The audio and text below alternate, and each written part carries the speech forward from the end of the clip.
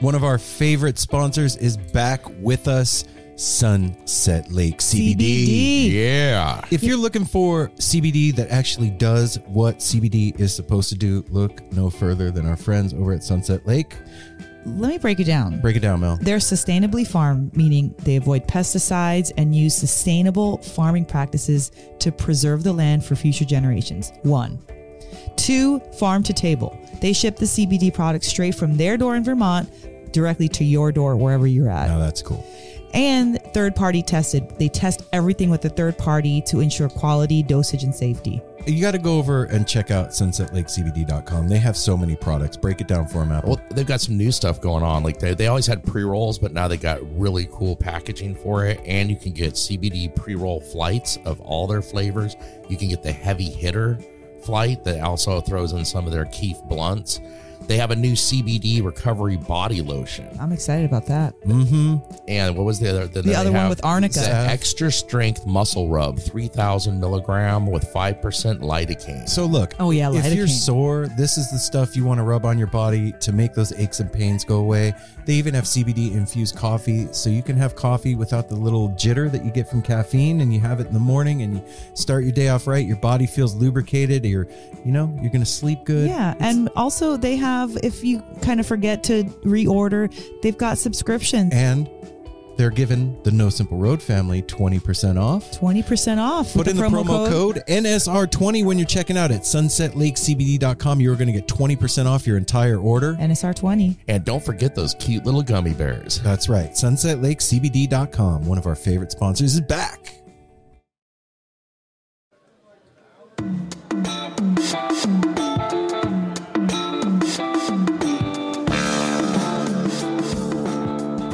Have you ever listened to Grateful Dead Out of a Steal Your Face. that you got from Electric Fish Lights? Shit. You're gonna. You can. You will. You might. should.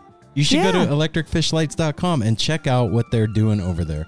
They are creating What are they doing over there, babe? amazing light fixtures that are actually designed by you. What? Yeah, they're not figuring I'm out what to designing do. them? They're coming to you. You come to them. And then you tell them like, hey, I want a steal your face light, or I want a starfish, or I want a jellyfish. I don't know why I'm stuck with Or a underwater. spoon. A spoon would be cool. I mean, don't know for why you kitchen, would want that. If you're a chef, Okay. chef hat, There you go. there you go. So go to electricfishlights.com. Check out what me and Mel are trying so poorly to describe to you. There are these lights made out of IQ technology, and IQ is interlocking quadrilaterals. It's 30 different interlocking pieces that can be configured into 15 different shapes. And when you put those together, they can basically build anything your mind can conceive of. Yeah. And it's not just a boring old light bulb in this thing. They have Nope. color changing bulbs. They have Bluetooth speaker bulbs.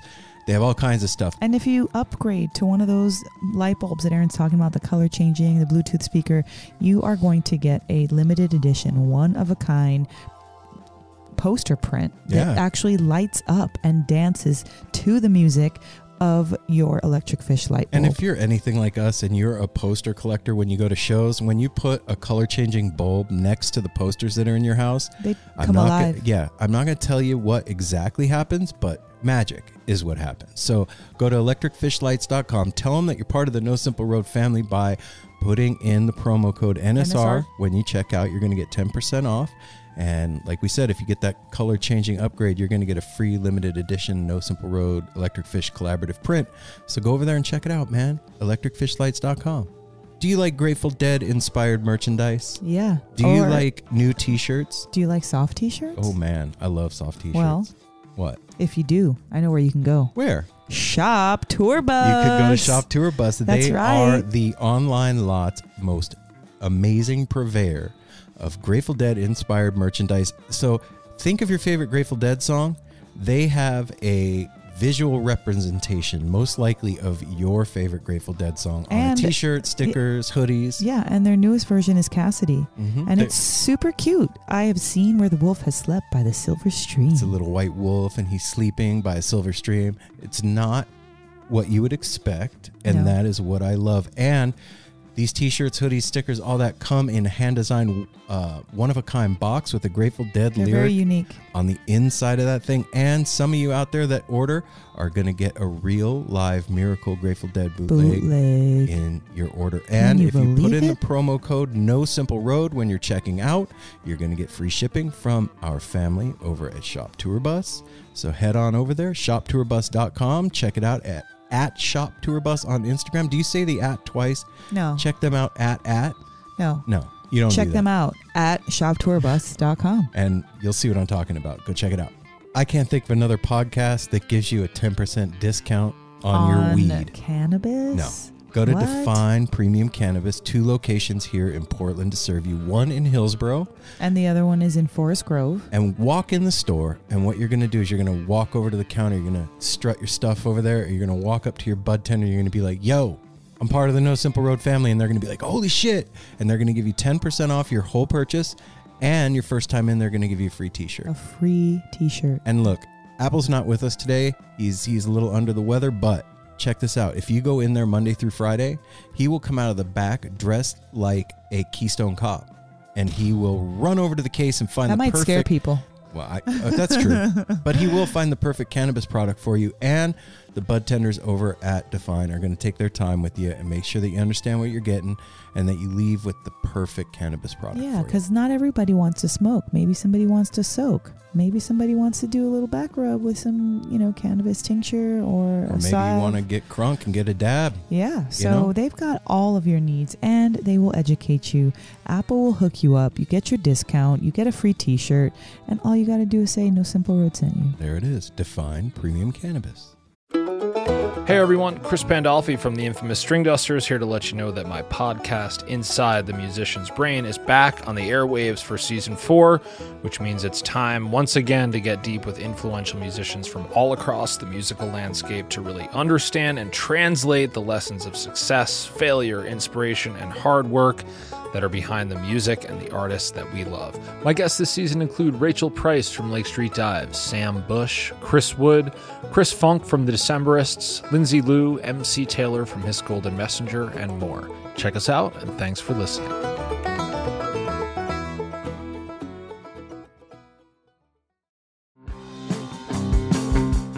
We're so excited to tell you a bit about today's sponsor, Music Masters Collective.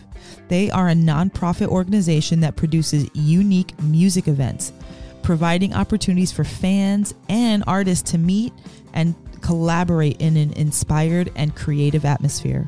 Music Masters Collective events give you the opportunity to learn from world-class musicians like Otil Burbridge, Steve Earle, Richard Thompson, former members of the band, the Milk Carton Kids, Nikki Glaspie, the Fab Four, and Sean Colvin, and so many more. At an event like the Milk Carton Kids Sad Song Summer Camp happening this July, you can expect immersive classes, evenings of entertainment, excellent food, and a space for a lucky group of folks to learn, co-write, workshop, and perform with like-minded peers, all with the guidance of Kenneth Pattengale, Joey Ryan, and some of their favorite songwriters.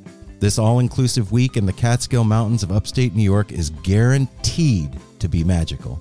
Scholarships are available and spots are extremely limited, so visit www.sadsongsummercamp.com/simple to learn more. That's www.sadsongsummercamp.com/simple. Check it out.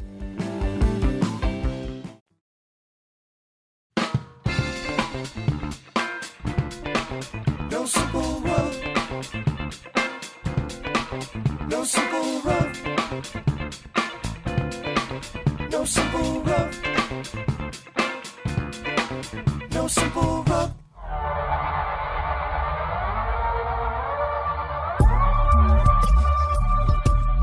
It's kind of like riding a bike with a flat tire. What is? Not having Apple in the room. Well, I mean, they were going to figure it out eventually, but right out the gate. It's weird. It's definitely weird, everybody. Hey, No Simple Road Hey family, now. we're back.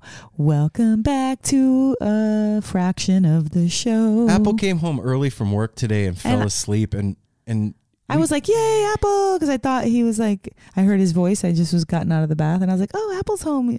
Like, maybe he got off early. And Yay. then I come out and then. So he was asleep on the couch, man. And I went in there to check on him. Aaron was like worried, like if it was me being sick. And Well, I was like, we texted him to eat. He didn't wake up. We told him we were going to record. He didn't wake up. I was like, shit, I hope he's all right. You know? Well, he is not all right because he's not with us, but he's not in a dire situation. So just let everybody know that. We're not like, you know. We gave him a break. He's not suffering. No. He is just, you know what? He's taken a day off. He put in a little time request when he got home. Yeah. And he was like, I want to take a couple hours off of No Simple Road. And we're like, Sweet. Okay, you haven't done that in a while? Does he get PTO for the show? Yeah, you have the hours in the bank. Okay. So he took a PTO day, Personal guys. day. But Yeah. but me and Mel are here holding it down. We are here. We're holding it down. And Our fantastic, stupendous, totally inspiring guest today is is Mike. Mike from Jamband Workout on Instagram. So Mike, first off, thanks, man. You know, we're gonna. This is what we're supposed to do. We're supposed to get into it. Yeah. And do this episode was so inspiring and so jaw-dropping for me because it came in a time when we had, I mean, for everybody who's a regular listener, you realize that some of these shows are a lot older. Maybe it's not just from last week. It's been a couple weeks. I think this was on the May 2nd. This is a couple months. This is May 2nd. So like, you know, our life was going on a month ago. Now our life is a month later. So we're giving you this updated intro, but that interview was over a month ago. And so while we were doing that interview or that conversation, we had just started with our nutrition coach, Magnus. That you guys know about. And so we've talked about him on the show. And the stuff that Mike was saying and talking about and how he started Jamband Workout and what transpired over him putting himself out there was like exactly correlating with what was going on in our household at that time. And here's the thing, man, like on the surface, if you're just like a casual listener, if you're somebody that is just scrolling on Instagram and you see Jamband Workout, it's like, ha ha ha, that's funny, that's cool. I know I did. Right? But after talking to him, there is a huge success story behind that thing. It's like this amazing thing that came out of the Jamband community that it saved his life, basically. You know, that's irony has been following me and this household for a very long time. And what do you mean by that? Because it is ironic that Apple is not with us today, and the content of this episode is really relates to Apple specifically. And I think I even started crying in this episode because I just couldn't believe all of the similarities, just like kind of looking over at Apple while Mike was talking, and just the interplay in the room. And of course, like I said, what's going on behind the scenes in our home. It was just like Mike was literally placed here perfectly in our Zoom to reaffirm why we're on this life path and why we're starting this health path, and how important it is to be honest and open with your issues, or at least with yourself. And that's the hardest part, is like admitting shit to yourself, man. It's tough. It's really hard to admit stuff to yourself. It sucks sometimes. It really does. Well, it's suck. embarrassing. It's embarrassing to yourself, and then if it's embarrassing to you, it's gonna be embarrassing to let it out. Yeah, to other people. Yeah. But you know what, man? I have to say that, like, even the most embarrassing shit that, like, I've confessed here on the show, or like between you and I, that's the moment when, like, things start getting better. You make it through that initial fucking cringe moment, and then it's like the pressure release valve gets turned on. It does, but I know because I can definitely tend to be very secretive with the challenges that I face, whether they're mental or physical or just, having a hard time.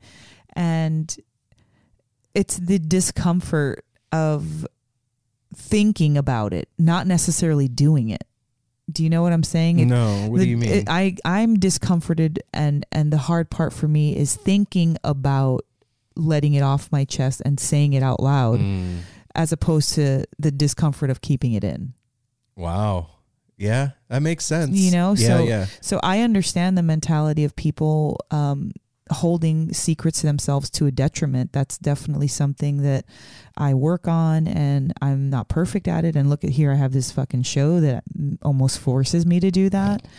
But even still, I can be, secretive about a lot of things. I don't want to use the word secret because it's like I'm implying that I'm like being dishonest. It's not that. It's just like I won't necessarily share things, Well, once it's out, you can't take that shit back. Once it's out, you can't take it back. But kind of like what you were saying, there's this like exhale moment. Yeah. And it's like, oh shit, like all that tension I had in my chest and neck, that was from holding shit in. Well, and I think a lot of times, I know I do this, man. Like, I'll build something up in my head so huge through my own crazy thought process. And then when I actually do the thing that I'm fucking freaking out about, I'm like, oh, that was really no big deal in the first place. There is a lot of that. Really made a mountain out of a fucking molehill. But, okay, so then we were having a conversation just right before we started this. And sometimes it may be just like I was saying, I just want to, not want to, but it's hard for me to express myself because that uncomfortability of thinking about what's going to happen is too great. But then there's also times where it's a block, like there's a literal physical block that you have to get therapy for, you have to get over there, whatever the case is. Like sometimes there's something legit holding you back, and that is most of the time yourself, but it can be hidden, this can be childhood shit or, traumatic experiences. That's the beauty of like what Mike is doing, because I know for myself, and I know a lot of people that are listening, like when we go to shows and you're dancing and moving your body, take psychedelics out of the equation for just a minute. Just the act of dancing and shaking and moving. And if you have those blocks, sometimes that shit gets shaken loose, literally. Yeah, and sometimes not. Sometimes the thing about this too, like, when you make your bed and you kind of like, fluff the sheet. Yeah, you fluff the sheet or the blanket. You kind of like, fan everything off. Well, sometimes you got to do it a few times. Do you know what I'm saying? There's still that little crumb on the bed or that little hair or whatever is on there that you got to do it maybe 1, 2, 3 times, And so sometimes when we, like you were just saying, we're dancing, we might shake things to the surface, but they're not off of us yet. And we still need to deal with that. We need to do a little bit more shaking, a little bit more digging, a little bit more, something's more required of us. Yeah. And sometimes things, they're just, it was underneath the surface, but now it's on the surface and it needs more work. Right. And there's a clip that I posted on our Instagram. And Mike is actually, it's from this interview, and Mike was talking about it. He was like, look, Jamband workout is not the end all be all of health. Like, it's a seed. It's a gateway drug. Yeah. And I honestly can say that, like, dancing at shows was part of the thing that got me believing that I could run. I was like, holy shit, if I can dance all night long, I could probably get on a treadmill and do a mile. And that's, you know what I mean? Like, it started like that. And yeah. I don't know. I'm just really grateful to him for putting it out there. And like, I've seen kind of behind the scenes what he's doing, because I've really been following him. And there's people that have legit been helped by Jamband workout. again, it's that thing. Like if you don't do your own work, like your God-given work, your God-given talent, or You got to find or your Mother special Nature given purpose. talent. Yeah.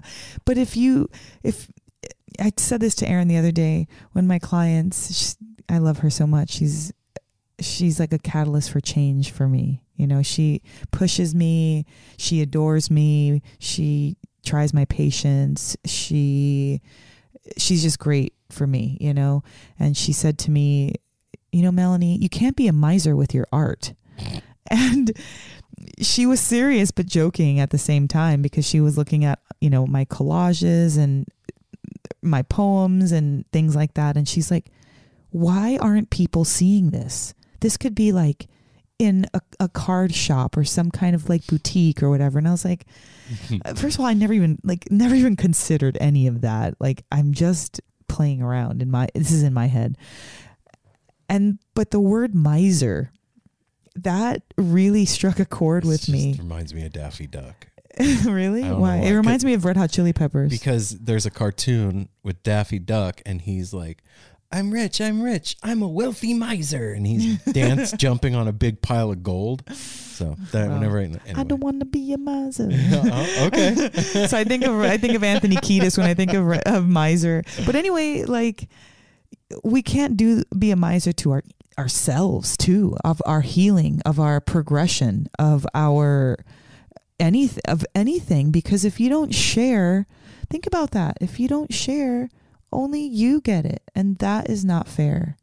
And believe me, I say this to myself all the time. Like, I'm saying this out loud. 1, as like a confession. 2, as like a reminder. And 3, as like a motivator. You know, like, we all need to share what we have out there, because it is good. We have good stuff, you know? Yeah, we do. We have a cool ass family. And we only have our flavor. We can't have like Greg's flavor or Rhonda's flavor or Jimmy's flavor. We have our own flavor. So if we don't put that into the gumbo, that it's flavor just never gets in there. Yeah, it's just not going to taste how it could, you know? True. And, you know,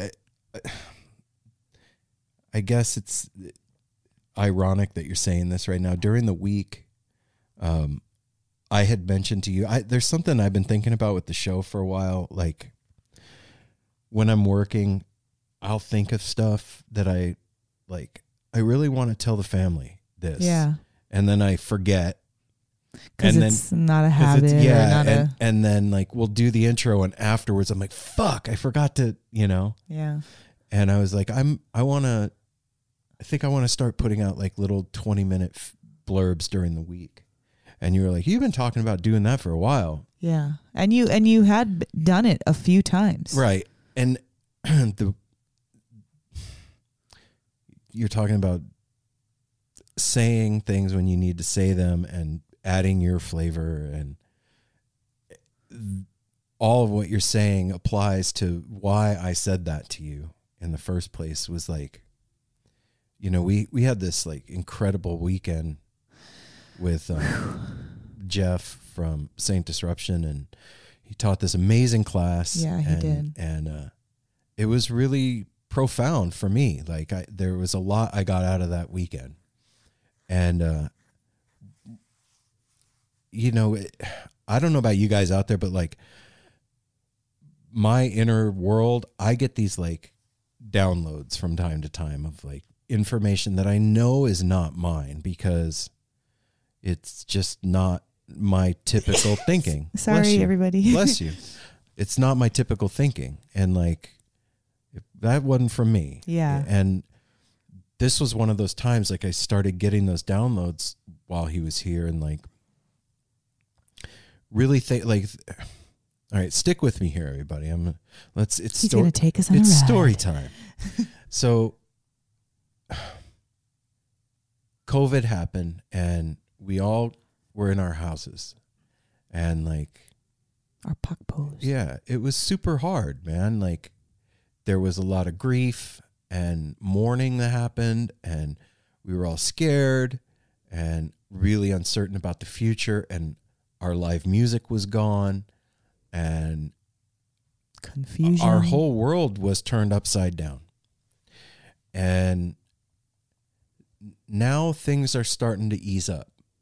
And I mean, I've seen full capacity shows at Red Rocks, Westville Music Bowl. Like, our music is back, and we're making plans, and you know, like, we're going to see all these shows, and I just don't, for me, this is me talking, like, I'm not putting this on any of you out there. I'm just sharing with you where I'm at. There was a lot. Like, that was 14 months of mental gymnastics. And to come out of that 14 months and not have a different perspective would be a disservice to myself at this point. And when I think about going to shows again, I really have a different perspective on all of it. I have a completely different thought process than I did before. And stick with me, guys. I'll get to what I mean here in a second. Not that I didn't appreciate it before. Not that I didn't think that it was a sacred, awesome thing that we were doing. Not that, none of that. Like, I knew all that. But the magnitude of what we do, it was impressed on me this past weekend. Not No Simple Road. I'm talking about, like, when we gather as a tribe and are doing what we do at a show, the magnitude of that thing was impressed upon me this past weekend in a different way than I've ever seen it before. And, like, we're at a really important time right now because we're transitioning out of something into something new. None of us ever went through a worldwide pandemic before, and all of the struggles that we had. And so now we have an opportunity to change the game for ourselves in going back out to the things that we love and do and celebrate together. And at least for me, like,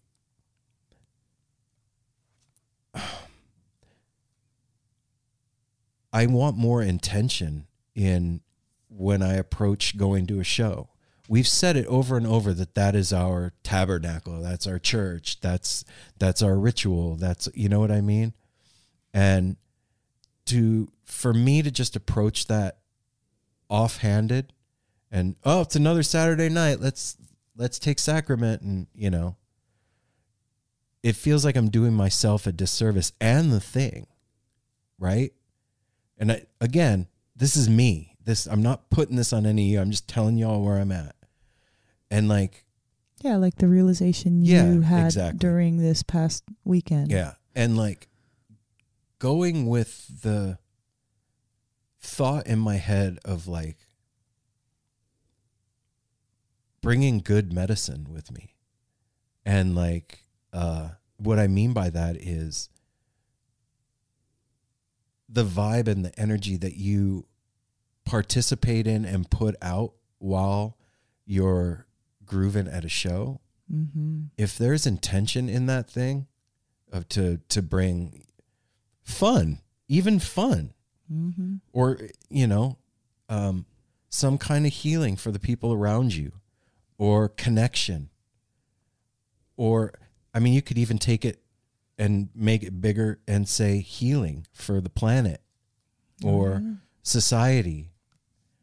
That is magic.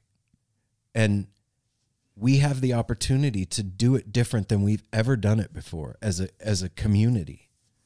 And so to just go back to the way it was, I don't want the same old used to be. I don't. I want it to be different now.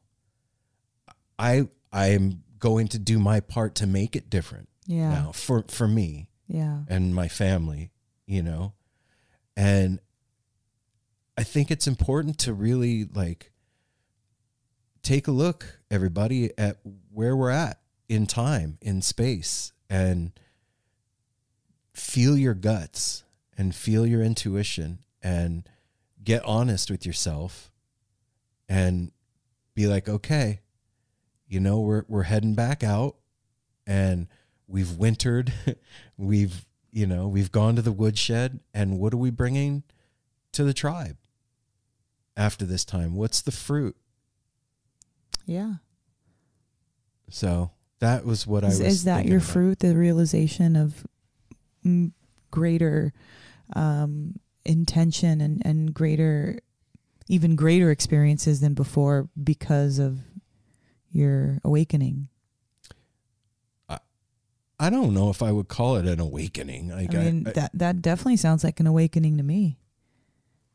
Well, I mean, you can call it whatever you want, but that part of you that's thinking like this wasn't alive before, or it wasn't as impressed upon you. It wasn't as important.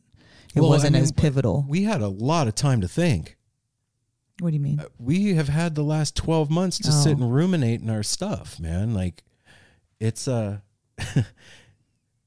I would feel silly at this point not coming out with at least something. You know what I mean? Like, what'd you get? I didn't get shit. I was at the store for 9 months. I didn't fucking buy one thing. Like, I don't know. I guess to say words like awakening and like it sounds so fucking like. I think that we should normalize that kind of dialogue and word, because if you described it, you had a whole story, and to me, to summarize it, that's what the word I could come up with. There was an awakening in your spirit to realize that you had an opportunity to do something bigger and better just by having an experience this past weekend. Yeah. So you had a dawning, some kind of, epiphany, some kind of, new spark that was in you. So, I mean, and I just remember like going to shows in the 80s, like late 80s, early 90s. And I mean, we were working for like Greenpeace and canvassing door to door, and like those. Who's we? Me and all my friends. Like those experiences that we were having at shows were tapping us into the spirit of the planet, and at some place along the way, I guess I kind of either felt silly about it or forgot or lost sight or like. I mean, that happens to all of us. We have all these tools that we learn, and then when we need it most, we forget that we have them. Mm-hmm. Or you don't think that they're worth anything. Or we just simply forget to use them. Like this conversation and that story that Aaron just said is a part of a bigger conversation that has been going on for quite some time behind the scenes. We're at the very beginning of the show. For those of you who have been listening that long, very open about our psychedelic use, very open about what we do to have fun, what we do to unwind, and about our experiences and stuff like that. And as the show went on and we were going to more concerts and more festivals and things, this was something that I had brought up to Aaron many times. And I couldn't ever find the proper words to express what I meant, because I really feel like it wasn't about the sacrament and it wasn't about the music, but there was something about those two things together that was old for me, and I wanted to move forward. I wanted to go beyond. I wanted to go further. And it always kind of ended up in like a fight with us, or like a miscommunication, or whatever. It was never properly given and received. Like the circle of communication was just kind of off or broken during that time. The women are smarter, man. What? I'm not being cheeky when I know it's a Grateful Dead lyric, but that is cheeky. What you're doing? No, but I'm being serious though. Women are smarter. You guys, in a lot of ways, you have a big picture view when guys are not like that. Women, and I'm speaking to everybody, like when you're born a female, when you're a woman, I don't know if this is true if you don't have children, because I do have children. So I'm only speaking to what I know. Right. But I make the assumption that women have this way of seeing a bigger picture, because we are the creators, we're the mothers. And so when you think of, you don't really think of yourself too much. A woman doesn't think of herself. That's why there's all this self-help and reminders for women to, like, you take time out for yourself, because it's very Mom's easy. always doing shit for other people. Yeah, it's really easy to think about, well, did so-and-so eat? Well, what about when we get home tomorrow? Who's going to make dinner? Oh, we don't have any meat. There's always a thought further than just, yay, we're going on vacation. Yeah, that's a dude. It's like, okay, we're going to be in the car for 3 hours. I need to make sure everybody goes pee. I know I want some snacks. So I know everybody else is going to be hungry, even though they say they don't. And then I'm like, you know what? I need some water because I don't like getting that bottled shit. So I'm going to bring my water. Like, there are so many things that I'm thinking of other than just the event. Like, if we do 60 miles an hour, we'll be there in 4.5 hours. No. I'm thinking of, you know what? Oh shit, I should pack that extra pillow because I know that Aaron likes that pillow. And if I don't bring mine, then he's going to take mine. Yeah. And so there's so much. And so during these trips where we're fucking blasting the lids off of our brains, I'm getting these downloads of, like, this ain't enough. This is not okay. Like, medicine is medicine. Like, I truly and fully believe anything can be medicine. Touch can be medicine. Food is medicine. Nature is medicine. Making love is medicine. Music. Like, I can go on and on. It's how you apply it, right? And approach it. Because you got to meet it halfway. It's how you approach it. If there's just a piece of music there, and I apply it with an intention to heal and in this right kind of way, it doesn't matter how I approach it. This is my. Well, you're approaching it with a certain kind of reverence and a certain kind of. We'll just call it intention. Yeah. We'll call the whole thing intention. And so I was receiving these messages, like, back in the day. And like I said, I just never had the ability to explain it, whether there was a block, whether it was miscommunication. And Jeff's visit broke that wall down. For all of us. It wasn't him. Sometimes just being in the presence of people that are powerful shakes things loose, you know, like, or somebody that's just tapped in too. Yeah, exactly. And, you know, we did these practices during the workshop and they were incredible. They really helped to restore a lot of my energetic authority in my own body. And I'm saying all of this to say is that, okay, yes, women have a bigger picture, but for everybody out there, the way that you use makeup can be medicine. The way that you use things, if you just up your game a tiny bit, use it with a little bit more intention, give thanks for it, maybe offer a small offering. These are the little nuggets that while Jeff was here, I learned the reason behind them, right, and the efficacy of how strong it is to just give Mother Nature thanks, or give your brother or sister thanks, or to make something in a loving manner. People say that all the time, like, I'm cooking with love, add that ingredient. What does that mean though? Like, that's intention, right? Yeah. Each stir, you're like putting your love and your energy into it, or the way that you plate it, or the way that you serve it. And so that was my huge takeaway, was how you do things is so important. And it's sometimes more important than the thing you do. Well, yeah. And also, like, through all of this, I think one of the biggest lessons, at least for me, is that, like, mom's calling her kids home. And there's a thing happening. And as I pay attention to the conversations that we've been having with the musicians that we've spoken to, and like this conversation with Mike, and like there's a thread running through it if you're paying attention, that there's like something going on underground that's not so underground Yeah, I was going to say, I anymore. don't think it's No, underground. there's something happening. Oh, yeah. And if you're just quiet for a second and pay attention, you could feel it. Yeah. And I feel like if there's a time in history when some shit is going to go down for the good, I want to be like on the crest of that wave. I want to be riding that thing. And so count me in. You know what I'm saying? Yeah. Like I'm in for that. So that's it. That's my trip. Like I don't know. I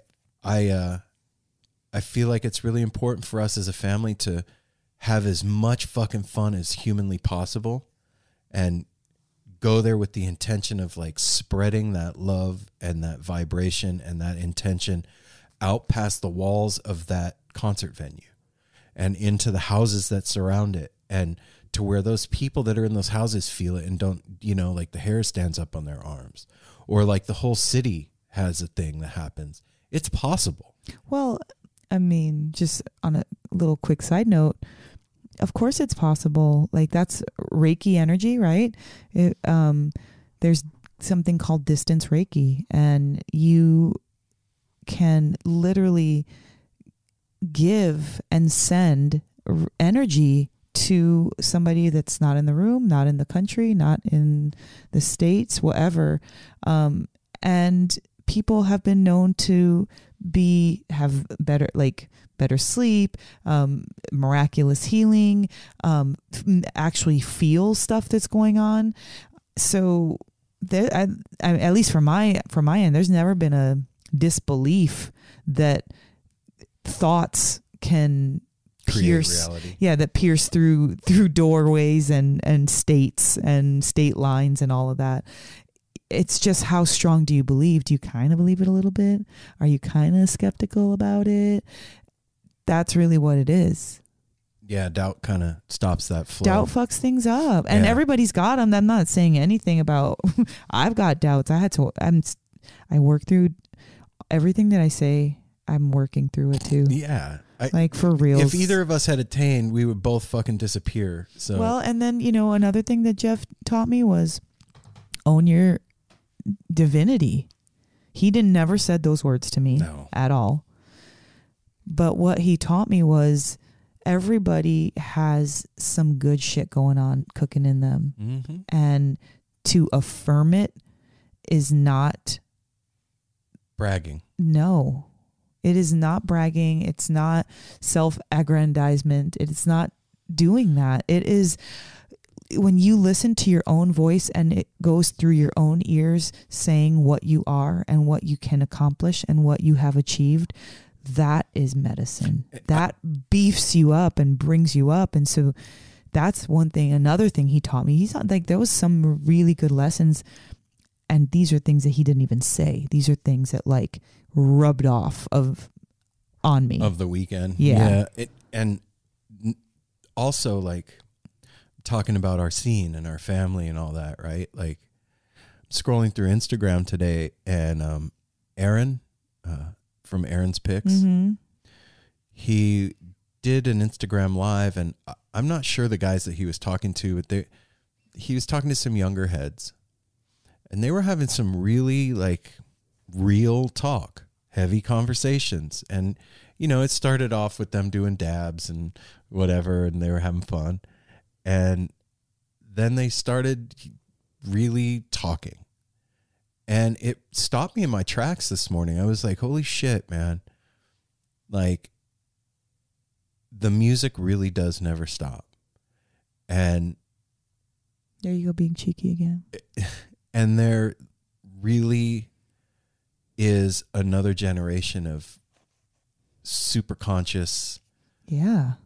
They're and getting more and more hate conscious. saying kids, but like, well, I'm almost 50. And well, like, you don't have to say kids. You can say the younger generation. These younger cats, man, are hip, and it really made me like feel good to listen to the conversation and see it, and to see that, like, to see the passion, I can recognize it, and to feel the love in the conversation.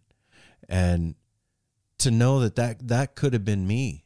You know what I mean? Like, if I would have had a phone in 1989, and we would have been doing that, you know? And it's really rad to see that it's just continuing and continuing. And there's an entire new army of new generation coming that are down for the set and like willing to put their shit out there. And it's really cool to see. Really cool. Made me like feel like we're putting our shit out there for sure. Yeah. So yeah, we are. You know, it's a really good thing. It's a really good thing to be able to share what you have going on and not be attached to you need something to be reciprocated, or you need to, just like the act of doing that, because the energy and the gift and everything will come back to you. It will somehow, however it happens.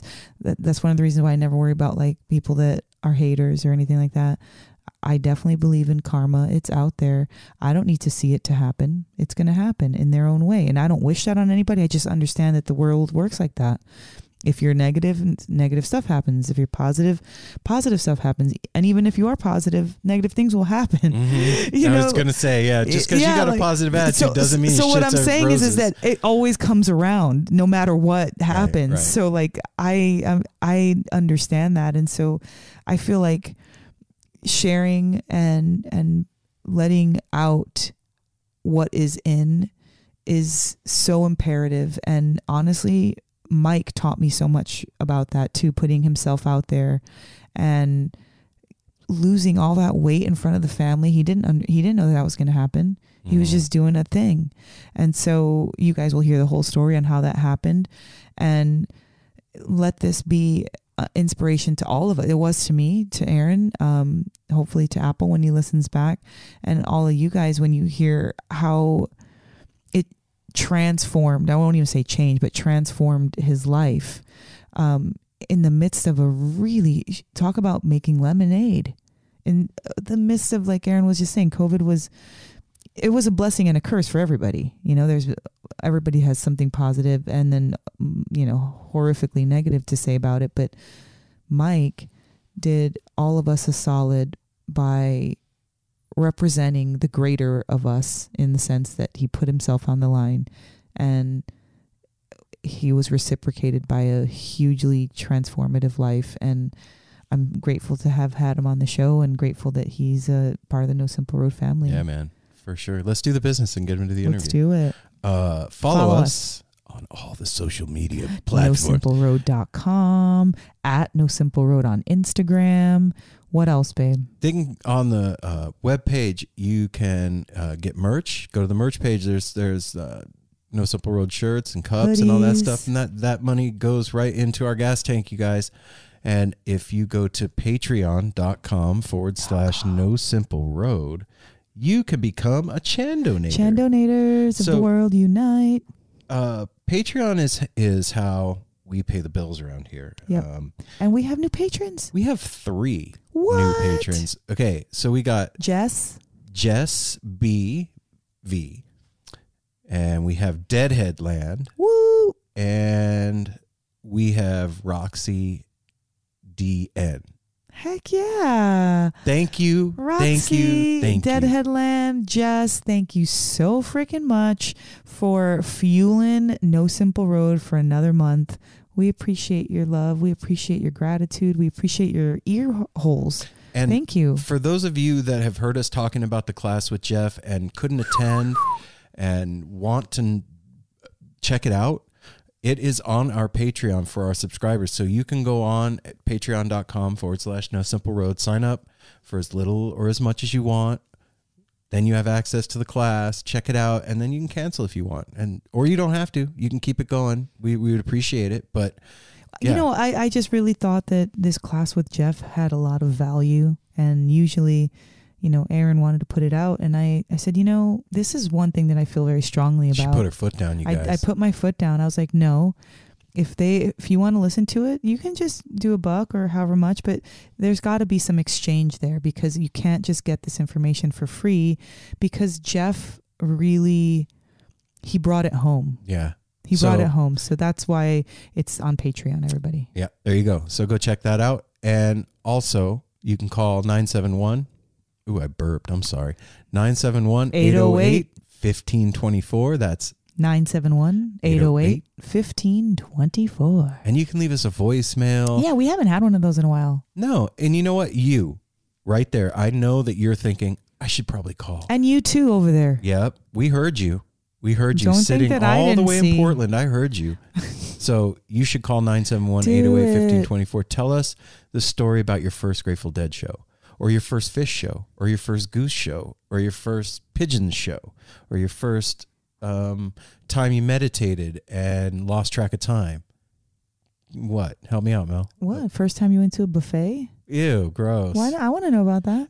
Is there even buffets anymore? First time you cooked or something really dope for your partner or Okay. yourself, or you made yourself proud, like, holy shit, I pulled this off. Like, There. what? There it is. Yeah, Thank you. Just do something fun. And you know what? We will play it on the air, and then the whole family will get to hear you. Yeah. It's pretty cool. And Interact with us. if Play with us. you would do us a solid, Ooh, I 5 would star. really appreciate We it. got one? I don't know. That's you and Apple's bag, man. You're right. If you would go to Apple Podcasts and leave us 5 stars, just click the 5 stars and move on with your day. Or click the 5 stars and then write a review, which is like 10,000 times more heartwarming than just the 5 stars, but the 5 stars are pretty heartwarming. Nope. We would don't have a new one, but appreciate that's it. fine. No, we're in a new month. We That's haven't okay. got one for June yet. You could be the June review. June. You. It's the new June review. Coming right at you. We're coming right at you. Is that new zoo review? Yeah, it's new zoo review. Okay. Anyway. But anyway, if you want to be the cute June 5-star review person, It could be you. do it. All right. And am I missing anything? I'm I- forgetting all kinds I mean, of stuff, we I'm probably sure. forget stuff, but you guys sit back. Oh, What? I know. What? I just remembered. Don't sit back yet. Hold on. Don't sit back. Sit up. Come correct. Sit well. I need you to do me a favor, A solid. everybody. And that means you and you and you.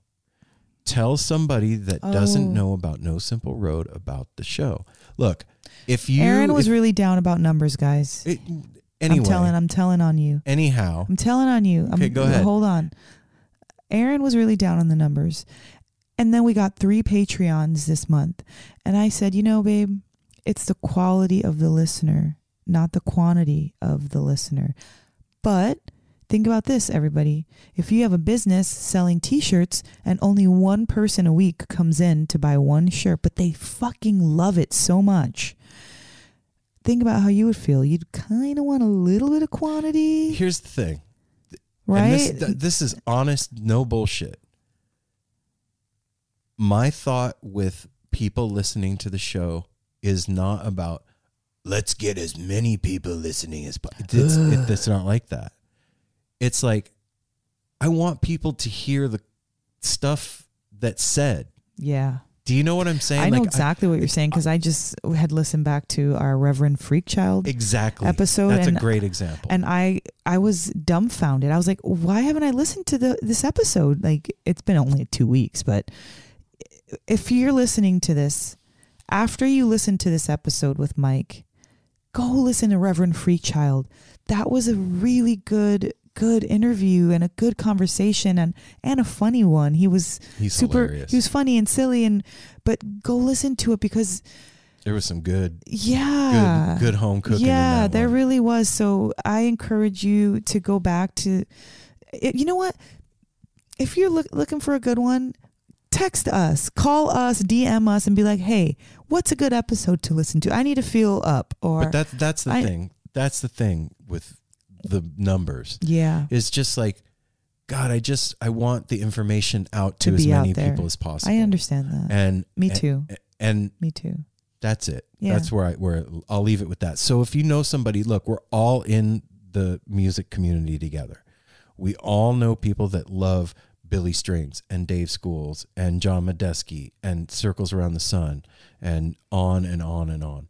We've talked to all of them. So if you know somebody that's into all this stuff that doesn't know about the show, tell them.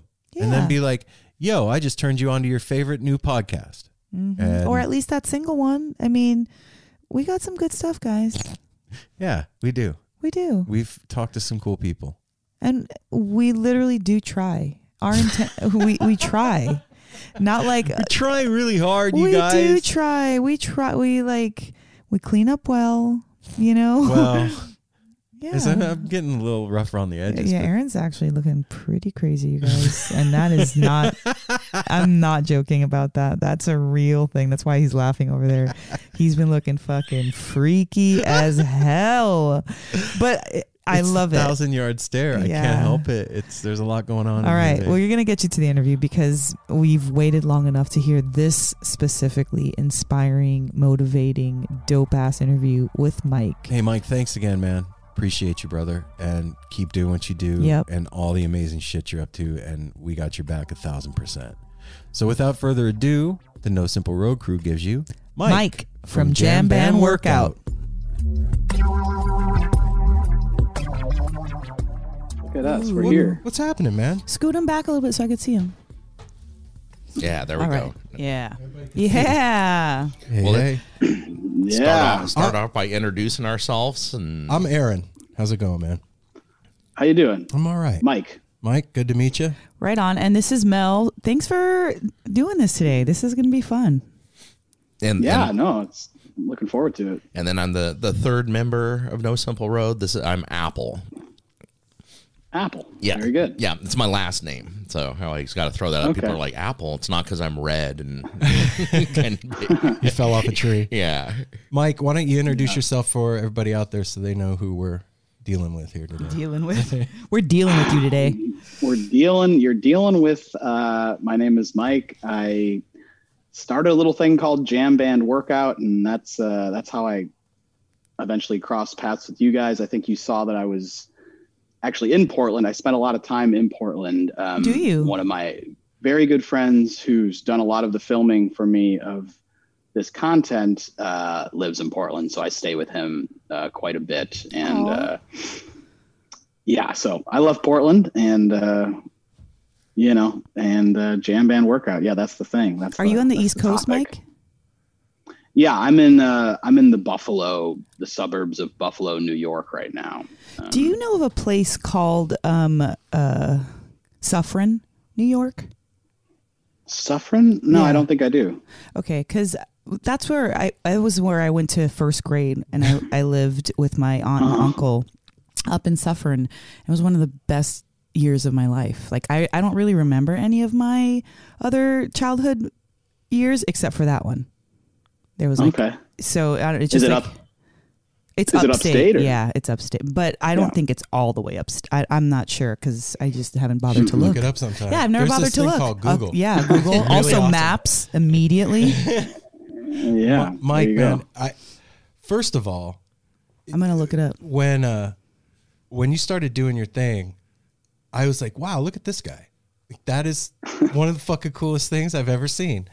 And it was like a thing with me and Apple. We all live together here in Portland.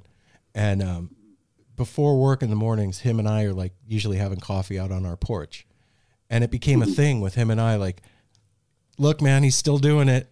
And then the next day, he's still doing it, dude. Like, and at first it seemed funny. And then I was like, okay, this isn't funny. This is serious shit. Like, it's obviously fun. Exactly. That's what I was gonna say, by having fun. Yeah. And then I was like, oh, wow, this is like a thing. And then you went an entire year. Like, when you started doing this, was that the plan, or was this just like an organic thing that happened? Totally organic. Definitely started off as a joke. I had this idea like years ago, and I can remember it's the specific moment where I had the idea. I was like hanging out with a buddy. He lives in DC. I was in his kitchen, and he showed me archive.org for the first time. I didn't know about this resource for music. I think I knew about it for like, you could find video clips and things that were sort of, in the general in the public domain. And he showed me, he's like, check it out, man. They got like every show from the Dead, and not only that, just every jam band. Mm-hmm. So we kind of started like testing it and like saying, okay, do they have this band? Do they have this show? And we started finding old tapes that we listened to in high school. And I remember we found a God Street Wine bootleg that like I remember specifically listening to. I had like one God Street Wine tape long time ago, and I put it on, and I just started dancing around the kitchen. You know, we were having a couple beverages that night, and I got, I just dancing around. I started, to actually feel like I was getting a little bit of exercise from it. And I was like, it would be a really funny idea is like a, sort of a dance into the oldies or a Zumba or something to jam band music. I'm like, there's so much of it, and you actually get a pretty good workout. So it was kind of a joke though. Like we were laughing about that, and it was like, yeah, whatever. But I always kind of kept it in the back of my mind. And so fast forward to right when the pandemic hit, I kind of found myself in a weird situation where I travel for work sort of, consistently throughout the year. I'm in 2 different cities normally every week. And I found myself, I was staying back at my parents' house. They were in Florida, and I was kind of house sitting for them and kind of had to urgently go somewhere because planes were about to be grounded. I was traveling for work, and it was like, you got to go somewhere ASAP because the shit is hitting the fan. So I found myself there. And for like a few days, I was completely scared and just kind of freaking out. And after a couple of days, I was like, I got to do something. And I got to I feel like I should try to get healthy or something, just because I was worried about maybe catching the virus. And like, this was the initial thought, like, well, I should get myself in a little better shape. I was definitely not in the best shape at this point. And so I said, you know what, I'm going to do this. I'm going to try this little thing that I had been thinking about. I'm going to put on a show, and I put on like just a YouTube clip of Fish or something. And, or maybe it was even, I think it was Goose or something at the time. And I put it on, and I didn't tell anybody about this. This is just thoughts by myself. Mm-hmm. And I recorded it. I recorded on my phone for a little bit so I could send it to my one friend that I'd talked about. And I sent it to my sister and some other people that like, we talk about jam bands and stuff. And they were like, I was like, check it out, jam band workout. And and they were like, yo, this is great. You should start like an Instagram account. And I was like, I don't know. And I filmed myself for I was like, I'm going to do this every day for a little while. I'm going to dance to like a set, and I would take out the phone for a little while, record myself for a few minutes. And eventually I said, yeah, okay, I'll start an Instagram. So I started an Instagram, and with no expectations of really anything, right? Just put it out there, and people started responding. And, you tag the community of people that, might like that kind of thing. And people started sharing it around. And I was like, okay, I'm going to keep doing this. This is fun. And I actually used to go live daily. It was a live thing. I would go live and show myself dancing in the living room, and people would hop on, and, some people joined me, and, it was a very small amount of people, but it was fun. And it kind of kept me doing it. You know what I mean? It was like, because I started the thing and I started labeling it like day 1, day 2, day 3. I was like, right.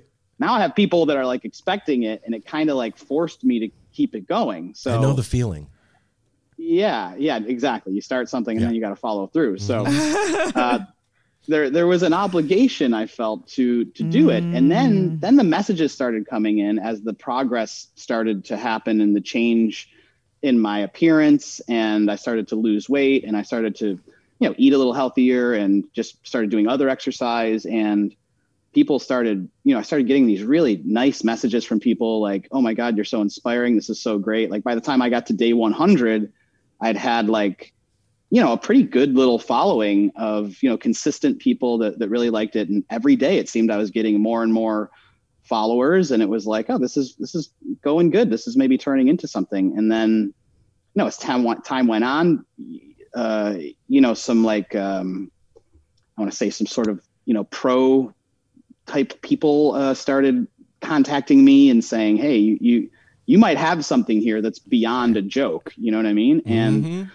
I'd never thought about it like that. I'd always just thought this is kind of fun, and I'm like interacting with people, and that's nice. It was a positive experience, Right. but I never thought like, hey, this could maybe be like a business or something. I thought never crossed my mind, but then somebody specifically said that to me, and they're like, no, you're like really reaching a couple demographics that, you know, both sides kind of struggle to find something. Like the workout world would love to have the hippies, and the hippie world would love to, you know, maybe coincide with the fitness thing, like, you know, like Absolutely. CBD, and the whole cannabis industry has sort of gone that way recently, with like the healthy benefits of cannabis has kind of brought those two worlds together. So this was just kind of an extension of that. And yeah, so now it's turned into a thing. Now I have, so I started working with some people, and then, you know, you get somebody that starts managing some of your content and, you know, helping you, it just became like a very much more serious daily job. And, you know, and I didn't work for 6 months. So that was a good amount of time to kind of, you know, sink my teeth into it and start to take it a little more seriously. And then I had to go back to work, and I was like, you know, how am I going to do this? So, but I found a way to squeeze in, you know, at night in the hotel room or whatever, I would, you know, just keep it going. I was like, you know, I'm just going to keep this going. And the funny thing is, I didn't tell my core group of friends, really. Like, this was a private little thing that I was doing that only a handful of my close friends knew about. But I didn't post it on my personal Instagram. I didn't post it on Facebook. I didn't tell like many people, and my parents didn't really know what was going on. Like, some people kind of knew, like, oh, Mike's like dancing or something. I don't really get it, but But they didn't say anything about the like shedding of pounds, or like that you were getting in better health. Like, they didn't. What's that?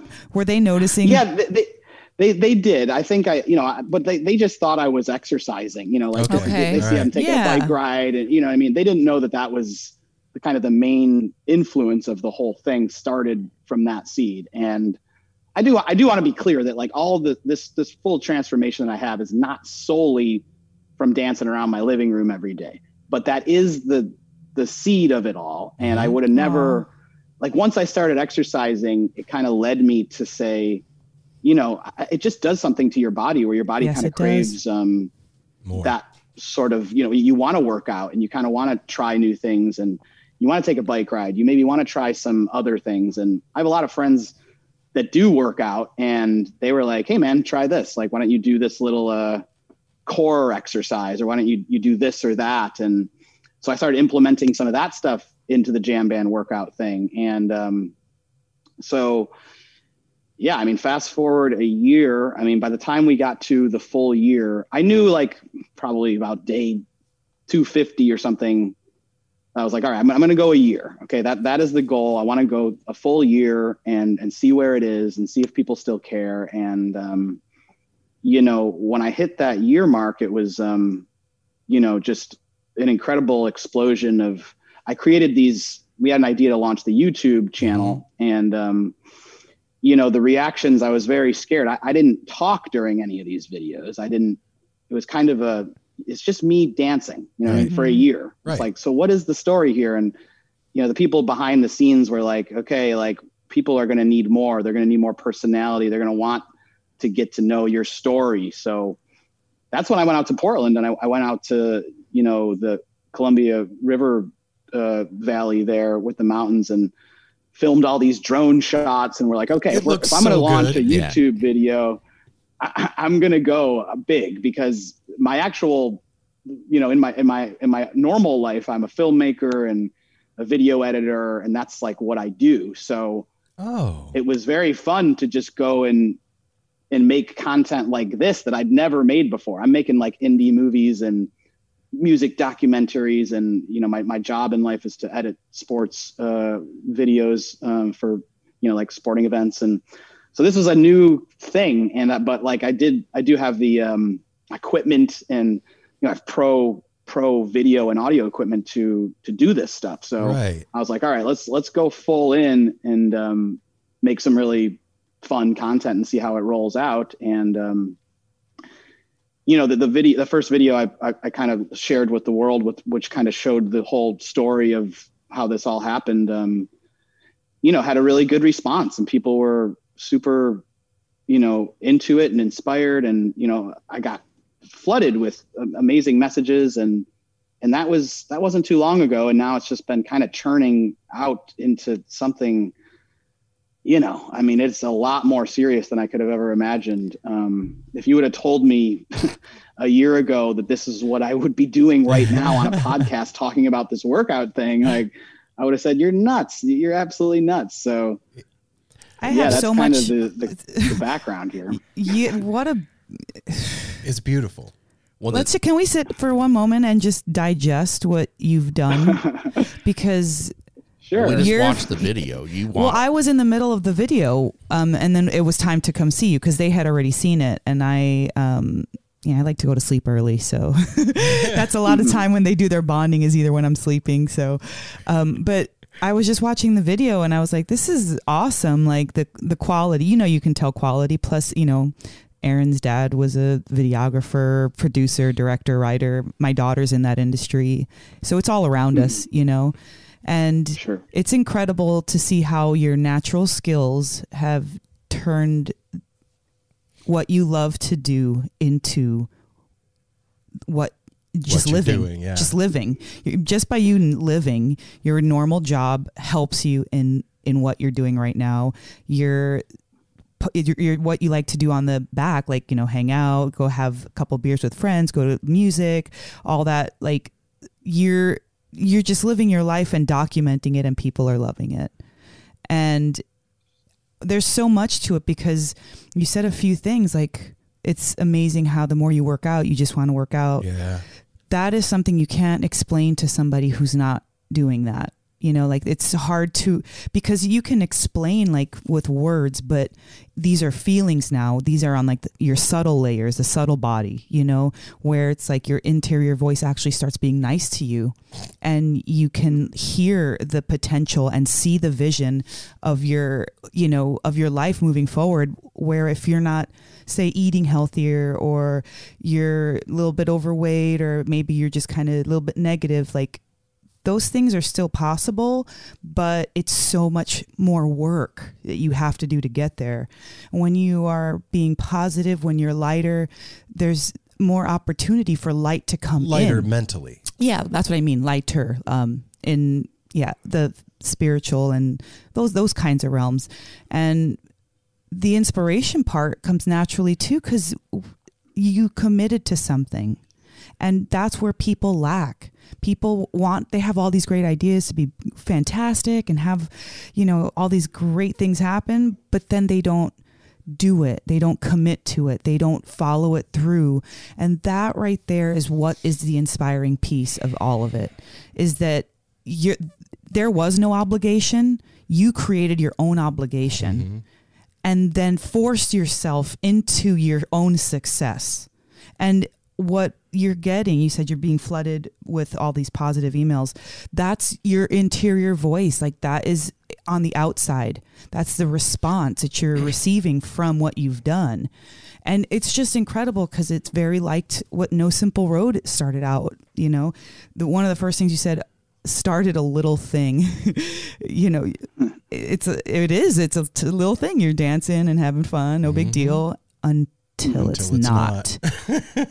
And that obligation of, wait a minute, people are actually enjoying this, so I want to do it. And full disclosure, man, I'm one of those people that sent you a message. Like, yeah, I did. Like, I don't remember how many months into the pandemic it was, but here in Portland, they had I had my own journey with fitness. And I was going to the gym all the time, and they shut down the gyms here in Portland. So I was like, I started going to the track by our house to go run. And it was hard for me for whatever reason. Like the mental switch from running in a gym to going outside was difficult for whatever reason. And right about that time is you were arcing upward. And there was one day that I didn't want to go. And it was early in the morning. I was outside and I saw your video. and it was something about surrender to the flow. And I was like, okay, fuck it, I'm gonna go run. And I went and ran, and watching your video before I went and ran reminded me that I could use the music to fuel me while I was running. And I had the best fucking run that day. And like I listened to an entire, like, I think it was like a 35-minute tweezer while I was running around the track. And it went so fast. And I came home, I was like, I got to tell him that happened. So I just sent you a note, and I was like, hey man, I just thank you for reminding me to surrender to the flow. Like, I appreciate that. And it got me through my thing today. And I think that's amazing. Yeah, dude. I mean, that's real. And for me, like, when we moved to Portland, I was like, 300 and something pounds. That was always a secret. You never shared that with me. I was like 285 to 300 when we moved here. And I loved every inch of it. Thanks, man. And my change came from a DMT trip for whatever. Wow. Yeah. Like, I hit some DMT, and when I came back, I was like, wow, it's time to get healthy. And that was that.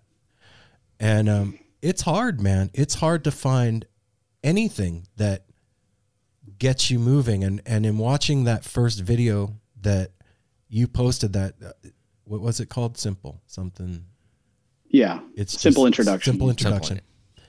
That you could have just superimposed my face on that guy. You know what I mean? Like, that was me, man.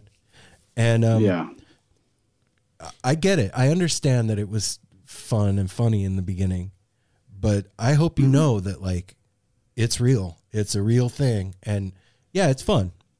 That's what the best part of it is, because who doesn't love, like, Richard Simmons and looking at those old, like, the cowboy hip hop, and like, there's so many out there. But what it all does is it allows you to be fun and youthful. And so if you start doing it with them, no one's going to say one thing, you know, because it tampers down that inner critic, the one that doesn't allow you to be silly and youthful and fun and just explore your body. And that's why I love what you're doing, because you are by yourself, but you're letting us into your room to see. And then so it lets us, you know, it's like permission. When you see somebody else doing that, it almost gives you permission to be your full self. Has it been hard because you say that you work in, like, editing and stuff, so you're the guy behind the scenes. Was it hard for you to transition out front like that?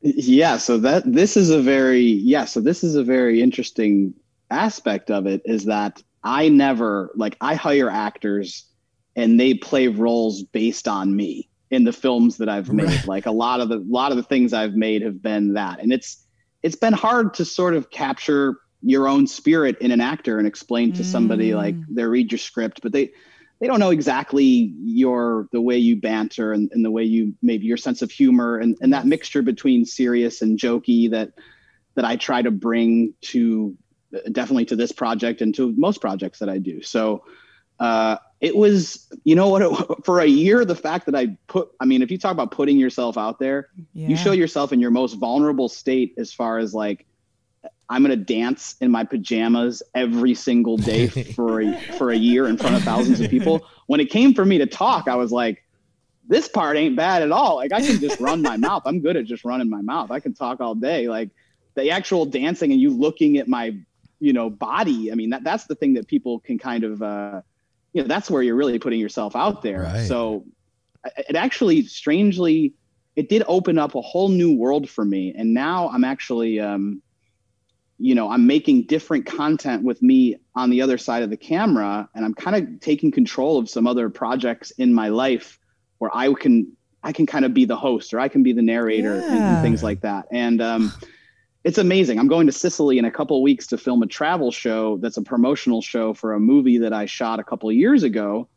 And I had this idea about this show, but I never thought that I would be the one to host it. But I'm the one that had this experience. Like, the movie's about a guy who goes to Sicily and kind of falls in love with it and finds his family and, considers maybe upending his whole life and moving to Sicily. That's kind of the basic of the story. But so that happened to me in real life. And I've had these incredible experiences that I've tried to share through other fiction things. And this was going to be more of a documentary, more of like a sort of fun Anthony Bourdain-ish sort of travel show all around Sicily, specifically Sicily.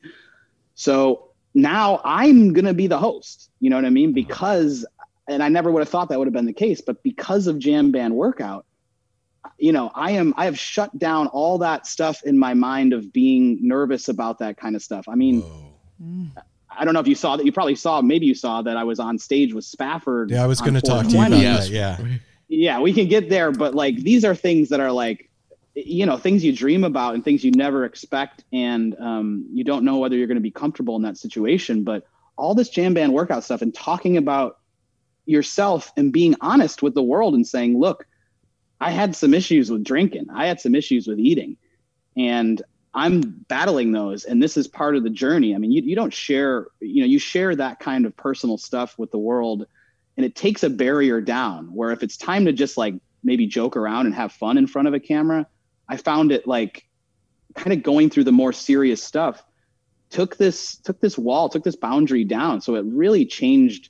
It's changed so much in my life. And this is a big part of it, because I'm a filmmaker, and this is something I've considered doing forever. And I've never thought about putting myself in front of the camera, and now I am. And, you know, the opportunities just keep changing for me because of this. So that's like another like really cool thing that's happened. That's kind of not something I really talk about through Jamband Workout, that, oh, by the way, this also like broke me so I can now get in front of the camera and sort of just talk and say whatever and sort of, you know, do this sort of influencer type, you know, role that I never thought I'd be comfortable doing. So, dude, there's something that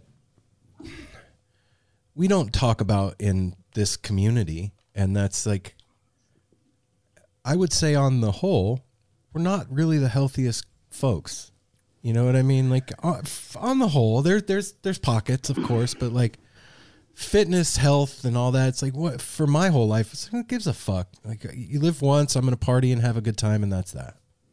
But for sure, I think that's the main. There's an age group for this thing that are people in mine and probably yours age groups that are.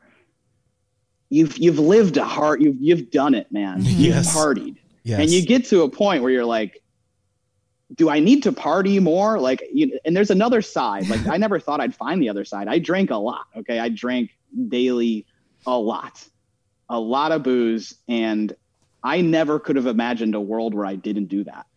And then when I found the other side, and this wasn't like a real alcoholic sort of problem. It was just like a personal, I like to drink and get drunk and party and have a good time. It wasn't like, this is ruining my life.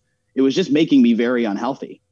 And when I found the other side and was like, you know what, there's another side that I think there's a lot of smart people in this community as well. Yes, man. And if you can get over that hurdle, you can find that there's a lot of joy in not drinking. And it's crazy to say, but like, there's another side, and it's you can't explain it until you actually get there. And I know that, like, I think that sobriety, you know, with Trey and a lot of this message is sort of, I think it's people that, you know, went to the shows in the 90s and the 80s and, you know, have been through those hard years, that now it's almost kind of hip. You know what I mean? It's like, try being sober. It's like, it's almost like you're high. Like, you can't believe how clear your brain is when you do certain things because you've never tried it before.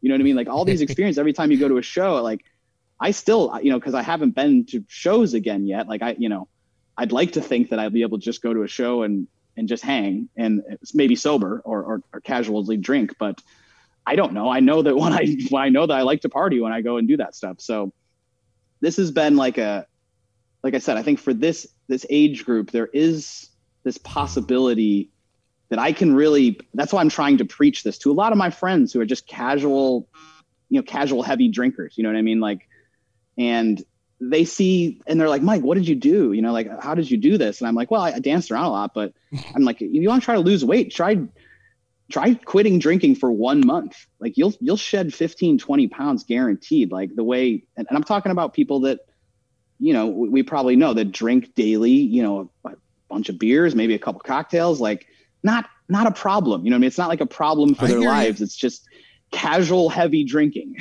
which I think you just get used to. Your body even craves it at that point. And you can get to the other side. And once you get to the other side, then like just with the workout thing, you're like, oh, what if I tried eating healthier? You know, what would that do? What would that do for my body? Like, how could I find, you know, you kind of find these other things, and what you learn is it's not bad. It's actually pretty fun. And it's, you can have enjoyment. You know, you have these, the big problem I thought I might have was, oh, you know, when you drink, it loosens you up and it makes you a more social person in social gatherings. That's a big one, right? Like, have a couple drinks, it's going to loosen you up. And I was worried about that. Kind of my edge and my humor, a lot of it stemmed from like me having a couple cocktails and letting loose. And I was worried I might lose that edge or something. You know what I mean? Like, oh shit, if I'm sober, I'm just going to be boring. You know what I mean? Like, fuck. And I think I was for a little while. I think I didn't know how to act for a little while. Comedians have done in that social, in social settings, but it came around, and like I found that like, no, my personality is my personality. Like I am who I am, and it doesn't matter whether and it's actually like, I can bring a lot more to the table if I'm sober. And I'm not trying to preach full sobriety or anything here. I'm just trying to preach like special occasions, you know what I mean? Like not the daily partying, and not just like the life of partying. Like I've had fun. I had 20 years of pure fun. Okay. We're with you. I feel like I hit my limit, and it's like, I'm sure you guys can relate to that. And that's why I think it's a good thing for people in their late 30s. And the other thing to mention that a friend of mine pointed out to me was like a guy who'd been working out his whole life in his 20s. He's like, my body is sore and tired from all the exercise I've done for all these years. Like you can start when you're in your late 30s, and it's like you're working with a new body. Like your joints are not hammered upon the way they have been if somebody's been a runner for 20 years. Like, oh shit, it's never too late to start. And actually your body, you almost have like an advantage over people that have been exercising their whole life. So like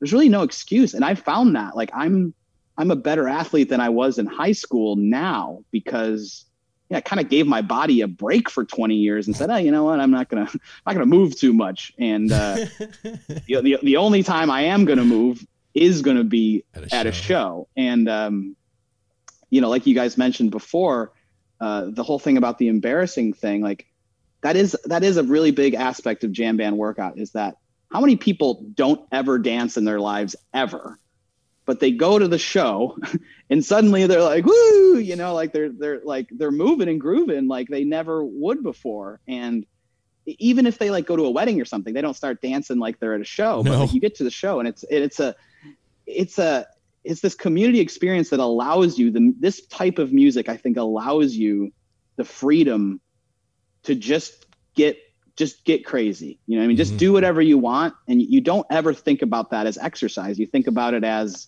I'm just getting crazy. I'm just having fun tonight. But really what you're doing is you're moving all your joints and muscles and doing things that your body does not do day to day. And I think that's the big secret to jam band workout is that like, you know, when you're making little shapes and moving your arms around, like you're doing stuff to joints that you don't ever do. And that goes for your legs and everything. So, you know, cracking that nut is, you know, once you can get there, it's just a seedling jam band workout. It's not the answer to health and everything. It's a way in. It's a gateway drug. That's the way I would say. Like, it really is. What happened? Well, you figured what I see, especially saying that now it makes more. You figured a way. What do we all do when we go to a Fish show, Dead and Company? We want to not leave. First of all, we want that to last forever. Or we want to be able to take it out, and like the band always says, like Mickey Hart said at Fare Thee Well, was like, take this with you out into the world. You found a way to take a piece of what we all love, bring it out of the show, and turn it into something else that's so inspirational and everything. because like you said, you don't go to wedding. I mean, you may go to a wedding and after a few drinks and later in the evening you're dancing like that, but you're not doing that at first. And you found a way to bring that out and make it, first of all, inspirational to yourself, and then to share it all with us. And I can really relate, like the it's never too late thing. Our house is going through a transformation, has for a little while here. Really good friend of ours. He lives down in San Diego, but we do Zoom calls every week for a month and a half now. He's our nutritionist, and he's one of these guys, a body like a temple and takes care of himself. But we've started to do a lot of changes. I just got a rowing machine. I'm 51. I'll be 52 May 26th. It's never too late. And I've always, like you, they're not big drinkers or anything, but I have always enjoyed alcohol. And what you were just saying really hit home, because it's that thing. It's like, well, if I don't fucking do, this, and even then, who people that don't like to see me drink a lot, they're like, you're so fucking funny and fun when you drink.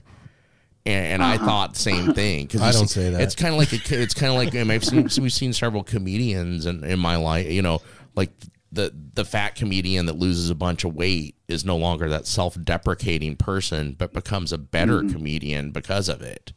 And because you find your real self. And I really appreciate what you're doing. It was inspirational.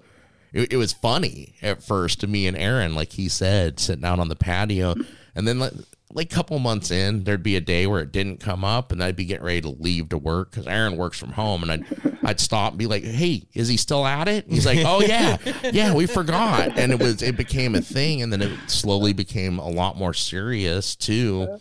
And then I hadn't watched it till this morning. Aaron showed that introduction video that you did with the drones and everything. And to see, because I had no idea who you were before this. I saw you from the beginning and when you started the videos, and were in pretty decent shape. And to see you looked like I did a lot of the time, like the life of the party, but then you're paying for it at the end of the night. Baggy eyes, your friends are kind of holding you up and walking you along and stuff. And that's a lot of fun, but damn it, how long can you do that? So the new cool thing that we're seeing, like with Trey and all these, sobriety, okay, and not necessarily sobriety, like nothing at all, because you don't want to be a Nazi on yourself and not having fun and taking pleasure away.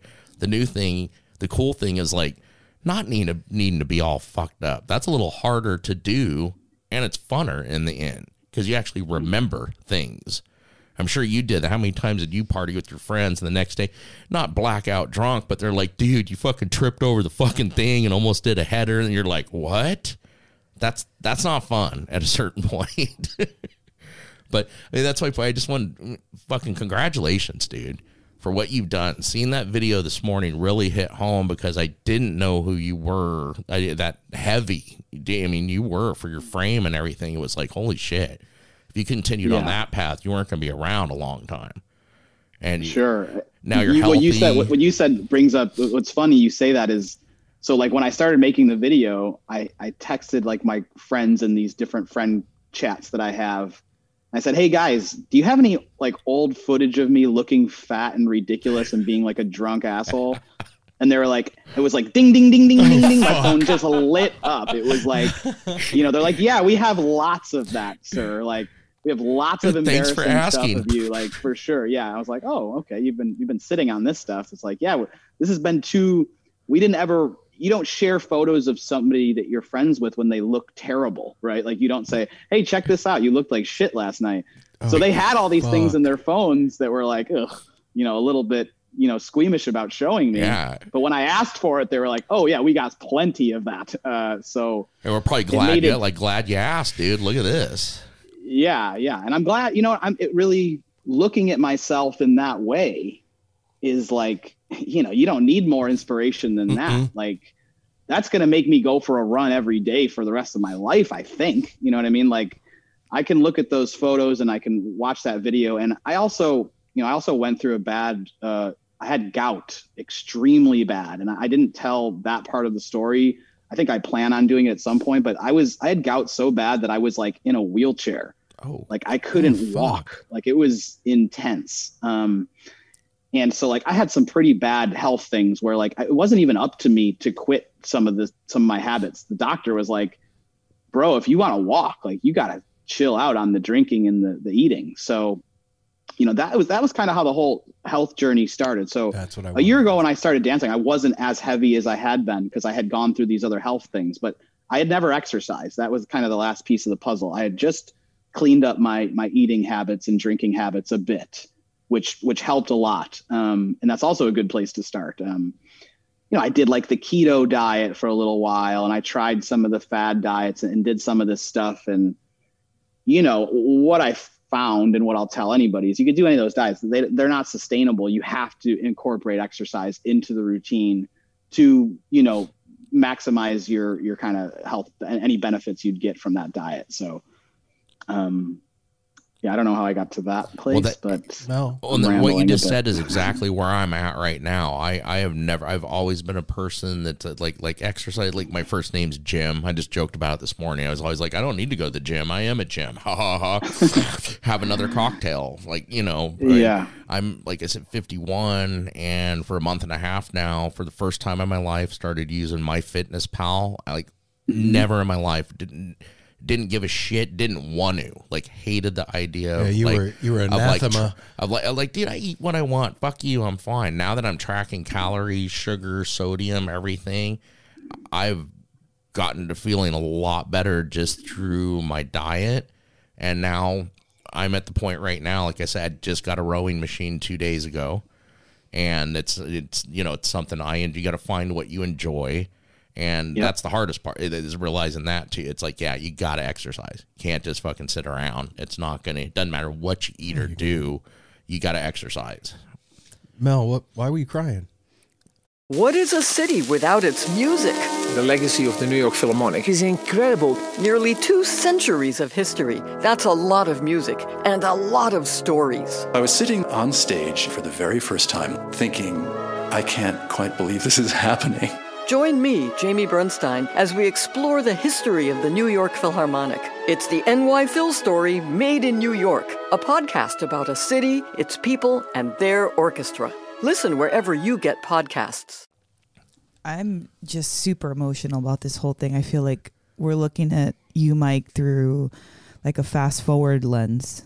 I always joke on the show, like, you know, nobody's going to hear this episode for a while because we have, you know, quite a few backed up and 6 weeks. Yeah, so about 6 weeks, you know, and I feel like we're talking to the future selves of the house right now. Like, fast forward 1 year, here you are. Didn't ever think you'd be on a podcast talking about your journey. I don't even know. It's not just a weight loss journey. It's much more than that. And everything you're saying is, it's the guys I'm living with, what, you know, like that demographic you were talking about. It's so specific. There is and it's so true that you were saying there's a lot of smart people in this demographic.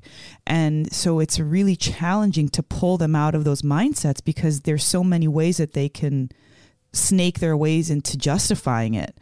You know, it's not that bad. It's not a big deal. It's not out of control. I like what I like. I deserve this. I've lived a hard life. I work hard. I play hard. Like, there's so many justifications for it, but in the end, it's just excuses. Because we're supposed to be optimal. Everybody should want to be their version of optimal. I'm not saying, you know, what size that is or what mentality that is. I'm just saying whatever body you came in, you should be able to sustain it and the best that you possibly can, because you're going to function so much better with everything else you do. And so to degrade it prematurely and consistently without ever honoring it is so wrong on so many levels. And you're sitting here talking about yourself. And like I said, it's like literally, oh my God, and I'm crying because I see the changes are happening right as we speak. But you're talking about the result that you're already had a year later. So I can't even imagine the results that these two guys I'm sitting next to are going to have in their year of whatever their journey is. And it's just beautiful. There's too many coincidences and synchronicities. I don't even know what to say. Like I feel like I'm shocked, you know, like what the fuck is somebody in my brain right now? Like it's crazy, Mike. Like you're one of my guys right now. Like that's what it feels like. I feel like you're the voice for Aaron and Apple right now. I feel like that, and it's also crazy. You've dealt with for a long time. This has come up recently with it because not just me and Aaron, but their nephew Ryder and their son, we're all big dudes. Melanie lives in a house full of big dudes that used to have much worse eating habits. Yeah. Dinner used to be like a fucking scurry to see who could finish their plate first to make sure you got seconds before the other big dude. And now we've gotten better at that over the years and have shed some pounds and up and down with weight and stuff like that. But now we're at a point where we're all like dedicated to stuff. Everybody's on their own And she would journey. try to be encouraging, but it was hard for her because she didn't want to be a nudge. And like, you guys, you guys are fat. You know, she's never been that. She's not a shamer. Melanie is a very, obviously, you can probably tell you, she's a very loving, compassionate person that wants the best for everybody. But you can't push that on 4, pigs that are, waiting for dinner to be served. And we're all seeing a change. And especially for her, I asked her a while back, it was like over a year ago. I just noticed something. I was probably loaded. I was like, I probably had many drinks, and I just saw a look on her face. I was like, does it ever bother you? And she's like, what? And I was like, to see us all like overweight, because she's always like, she's like you. She'll be out front. Where's Mel? You look out front. She's out there dancing or jumping rope, doing something. And I was like, does it ever bother you that, like we're such big dudes and don't? And she was like, yeah, it kind of does. And thank you for just even recognizing that. It's not even the big dude thing. She's seeing it come to fruition. It's not even the big dude thing. It's like almost a comforting thing to have my guys around me. I love that. I feel literally like Goldilocks, but with dark hair, and all of them are the right size. What it is it's the unhealthiness. That's what it's always bothered me. It had never anything to do with size. It's always been about the mentality, and you cannot change someone's mentality. It's just like what I said earlier, and what you said, until you know what it feels like to either exercise or meditate or, wake up early, at whatever your thing is, until you do those things, you can't explain the feelings that you get from it. And I learned I've always been around hard-headed people my whole entire life. Yes, you have. And very, very strong-willed people. You have to scream to be heard. You have to forget your turn. You make your turn, or you're not going to be seen. And even if you are seen, you're not going to be acknowledged. Like, it's very rough conditions, like a desert wildflower kind of thing. And so I'm very patient. I just wait, but it's never in scorn, like, ugh. It's like, I love you guys. That, like, it's turned into prayer over the years. You know what I mean? And like, I'm literally seeing my prayers answered right now. And it's fucking rad, Hell yeah. I don't know. Damn. So I don't know what to say. I'm like at a loss for words. It's like, what the fuck? And it's happening on our platform, on our show. Like, I couldn't have picked this. Aaron found you. I didn't even know about you. He's the one that showed me. I don't know, but like, it's all coming. It's just incredible is all I can say. And I don't know. Mike, hell yeah. I'm glad. I want to say one thing. I think that one important thing of this whole thing is that nobody should be beating themselves up about the way they eat and the way that they live, because I'm a bit of a not a conspiracy guy, but like when it comes to food and health in this country, we are challenged so much. Okay. It is not easy. No. The world has told us, eat this shitty food. It is cheap, and they shove it in your face, and the commercials and the whole way we've been set up is to fail health-wise. Yes. And it's a really miserable thing that money backs these same corporations that then, I don't want to get too political, but this is a machine that is telling you need to drink beer and you need to eat pizza and you need to eat shitty, you need to eat Domino's pizza. all these things. And we're going to make it so fucking easy for you that it's going to be really, really hard to get out of the routines that we have set up for you, because you grew up that way. You go to college or whatever, you're in that age, and money is important to you. And if the cheapest, if the easiest way to get by in your life, because you want to save money to go to the concert or buy the record, is to eat McDonald's or eat pizza or whatever that is, and we've just been set up in a terrible way that has become so normalized that it's a really hard habit to break. And it's one you have to, this is another thing I want to let people know, is that like, if you want to challenge the system a little bit, you know what I mean? Like, your health you're actually doing that. Like, you are actually saying, you know what, I'm not going to do what the world is telling me to do. At least this country is telling me to do. I'm going to you have to think outside the box when it comes to these things. And you can't trust anybody. You can't trust the grocery store. You can't trust anything. There's an agenda behind all of it. And you got to just know that fruit is expensive. Okay. And it sucks, but fruits and vegetables are expensive. And you're like, holy shit, it's $8 for these blueberries, and it's a shame. I don't know the solution here, but it's not cheap it's not as easy as just like, oh, I'll just switch this and switch this. It's expensive and it's hard.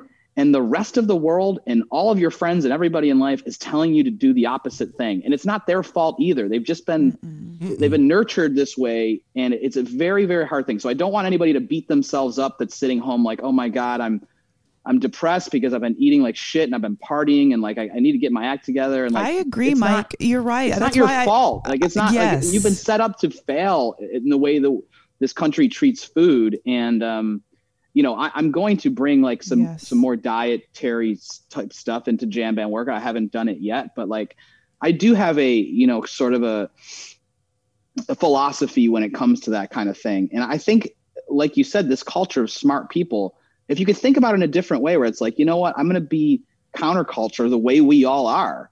Like, you got to treat the way you treat your body in the same way. Like, you got to be counterculture when it comes to eating and health. Like, your music is not for everybody, and your food habits aren't going to be for everybody, because most people are just eating the slop that is being, told to us, and it is affordable for us. So that's just something I wanted to point out. Just don't beat yourselves up, guys. Like, everybody has a chance still. And like, if you could start to think about it mentally in a different way and shift your, point of view when it comes to food and health, it's something to work on. And maybe that could inspire you a little bit more. Cause some people just want to say, fuck the system, right? Like that's kind of a hippie way, right? Like, fuck the system. Yeah. At least I thought I'm not gonna eat and drink this shit that you guys all say you want me to do. I'm gonna do my own thing. You know what I mean? I'm gonna figure it out and like beat the system. And if you can get to that point, then you're on a good path. And that's why I think the Jamband workout is such a cheat code. You know what I mean? I'm like, to me, it's the most obvious thing in the world. Okay, I'm gonna go dance to my favorite music, and I'm gonna it's gonna make me healthy. What the fuck? Are you kidding me? That sounds how is that possible? And how has nobody thought about this before? And like, maybe somebody has, but I hadn't heard of it. And I was like, maybe there's something here. I mean, that was brought to my attention later, but now that I look back on it, I'm like, this is a fairly obvious thing. You know what I mean? It's like, this is dance music. This is music where 30,000 people gather together and dance to it. Yeah. Most concerts you go to, that's not what it's like. No. You go to see Taylor Swift or you go to see Pearl Jam or something. There's a couple people, maybe bobbing their head. And there's people.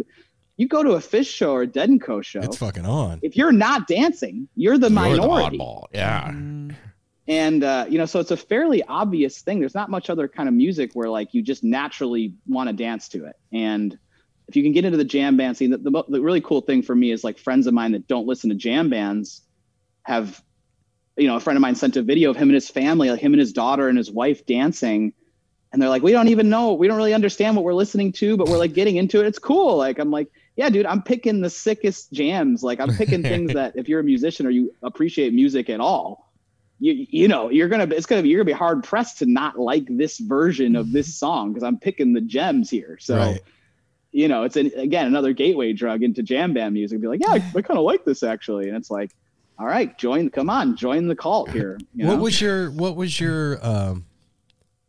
first experience with jam music? I mean, it was the Dead and Fish when I was in high school. The older brothers in 95, like right, unfortunately, when Jerry died, it opened our eyes to how important the Dead was to the older brothers. I was like, you know, what was I, 13 maybe at that time, 14. And it was like, oh man, this was such a big deal to the people that were 4 or 5 years older that had seen some shows. And then that kind of led us to like, oh, you know, let's listen to the Dead. And then Fish just hit more with me at that age because I was listening to kind of weirder alternative music. And so the quirkiness of Fish and the whole, I don't know, for my age and my brain at that time, the Gamehenge stuff and kind of the nerdy stuff was like, there was so much to sink your teeth into in 96. Like there was so much like, you know, it was like getting into comic books or something. Like you can read all this stuff and there was all this history that seemed a little more playful and less, you know, the Dead was like serious music for like older people and Fish felt like it was more for my demographic. So I fell in love right there. And then, you know, went to my first show in 96 and that was that. Took a lot of drugs and had an insane time. You know what I mean? It was like, you know, the first time you see that scene, you're like, holy shit. You know what I mean? And then I saw Further Fest the next summer, and Rat Dog played in the afternoon. It was a Further Fest tour where the Counting Crows were headlining. Okay. And so it was Rat Dog in the afternoon. And I'm telling you, this experience I had on LSD, seeing Rat Dog play the music of the Grateful Dead at an outdoor amphitheater with everybody. I mean, I felt like I was, you know, transported back to the 60s, or, you know what I mean? I was like, what is this? This is insane this exists. And this energy was so powerful that, I mean, it has affected me to this day. And I haven't been a consistent jam band fan throughout the years. I kind of dropped off in the early 2000s. Me too. When I thought Fish was not playing so well, I was like, you know what, I've done enough of this. And I got into lots of different types of music. They led me to a lot of things. And I have a lot of musician friends. I played in bands, got into independent music, world music, jazz, everything you can think of. And but I, you know, I've always kind of kept up with it, and it's exciting now because I'm getting back into it. I'm learning about these newer bands that are starting that I probably, if I wasn't doing the jam band workout, I probably wouldn't go listen to a full show by Humphreys or Twiddle. Like I probably wouldn't have made the time in my life to go listen to Twiddle. Wow. You know what I mean? No offense to Twiddle, but I just wouldn't have. You know, I probably would have been turned off by the name or just something really silly. But now I could listen to it. They're pretty damn good. You know what I mean? And now I'm friends with Spafford. They're my boys. You know what I mean? Yeah. So what? Okay. So many questions about that. Okay. So the first question about that is this: our whole experience with going to live music is like feeling that energy coming from the stage and being part of it. You know what I mean? Mm-hmm. Like the music is coming from there. And then there's like that feedback loop that happens. And I've always wondered what it would be like to be on the stage and feel that thing coming at you. What was that like, dude? You know, it was incredibly surreal and, you know, sort of indescribable, but amazing. I mean, it was, you know, I looked out in the crowd and there was somebody dressed in my costume. Oh, you know what I mean? Like, I was like, I'm like, I'm going to wake up from this dream any moment, right? Like, this is not really happening. But I mean, you know, you get why the bands do it. You know what I mean? You get, because that feedback that you're talking about and that immediate just roar of the crowd and just that kind of intense experience, it's like a drug. I mean, the adrenaline levels going through you. So I'm always checking my heart rate, right? And I'm standing on the side of the stage waiting, you know, like we have a planned out thing. I'm going to come up at the end of this song, and there's like, I have like a handler that's about to send me up, and I haven't been dancing. I haven't been doing anything. I'm just sitting there, and I check my BPMs. I'm at 140 BPMs, standing still, waiting to go up on the stage. I was like, and I wouldn't have guessed that, but I was like, this is crazy. So I was feeling it. I was, you know what I mean? The adrenaline was pumping. And then when I got up there, it was, so fun, and the guys are so cool. And those we guys rehearsed are awesome. it. We did a sound check and rehearsed this thing, and it went really well. And they were like, yeah, just do what you want, man. And I was like, all right, well, I had some like jokes and things written, and I got up there and I was like, just kind of everything I had thought about doing was just like gone. And I was just like, I'm just going to feel this and see what happens. And I sort of, just improv my way for through 10 minutes of a jam with them, which, it was unbelievable. And then after that, I went out into the crowd, and it was a pod show. So there was like a little separation between, a party of 6 and then 6 feet, and then another party of 6. And they were kind of just loosely, chalk on the ground, little pockets of people. But that allowed me to just go out and dance between all these groups of people. And it was amazing. Everybody wanted a selfie. People were quoting me from my videos, the YouTube videos, saying they, because I've had this little thing going with Spafford since we had like a little April Fool's gag. I think all of their fans have, their hardcore fans have looked into my stuff probably a little bit. Right. And it was just an amazing experience. I mean, unforgettable. And, that's led to a lot of new ideas about collaborating with bands and maybe turning jam band workout into a more performance-based sort of thing. We're talking about maybe opening up for a jam band, for instance, like maybe a 30-minute set of jam band workout, get the people pumped up before the show, before the guys come out, or, festival appearances, like, Sunday morning kind of a thing. You've seen this type of thing at festivals, like morning yoga or whatever it is. Yeah, but that would be so fucking cool. Aaron said yeah. I mean, that's been a no-brainer. So many people have sent me this kind of thing. Other people are like, bands need you kind of like they have an interpreter on stage. It would be like a workout interpreter You're the hype, to the side of the stage. You're the total hype man. Yeah, the hype man. Yeah. So that's great. No, I mean, it's like, great. Geez, that's been the pinnacle so far of this experience, is that flying out to Phoenix and hanging with the guys. And, luckily I was able to tack that on to some, we were able to work that out so that I was able to get out there. And, that's been the pinnacle so far, but it also showed the possibility of where this could go. And, who knows, wow. I got people hitting me up for all sorts of fun ideas. Like, hey man, you should go to Playing in the Sand and set up a thing and talk to so-and-so. And, Bob Weir's liking all of our videos, there's some cool stuff happening and some things to, that we're carefully tiptoeing around the right way to approach some of the ideas moving forward. But it's growing, man. If you saw behind me, you'd see just equipment scattered all over the house. And, I'm filming stuff all the time and editing, and, it's a lot, but I've been really enjoying it, and I've met some awesome people. I have a good little team of people that I'm super. If this isn't coming out for 6 weeks, I'm bringing on a young lady who's a professional dancer from New York, who's a fish head and rides the rail at shows and stuff, and she's getting involved because I'm going to be traveling a bunch this summer to kind of make a little content and get a female professional dancer perspective on things, Wow. Not just a guy who has literally no experience with any of this stuff. Every time, why would anybody listen to what I have to say? I got nothing. I have no, I disagree. Yeah. But on the other side, I've gone back and watched my videos and kind of critiqued what I'm doing. And, I do think there's something to be said, for the casualness of it. And if you guys watched my first video, but just the straightforward workout videos, I don't tell you exactly what to do, move your leg to the left. I don't do that. I talk about the show a little bit.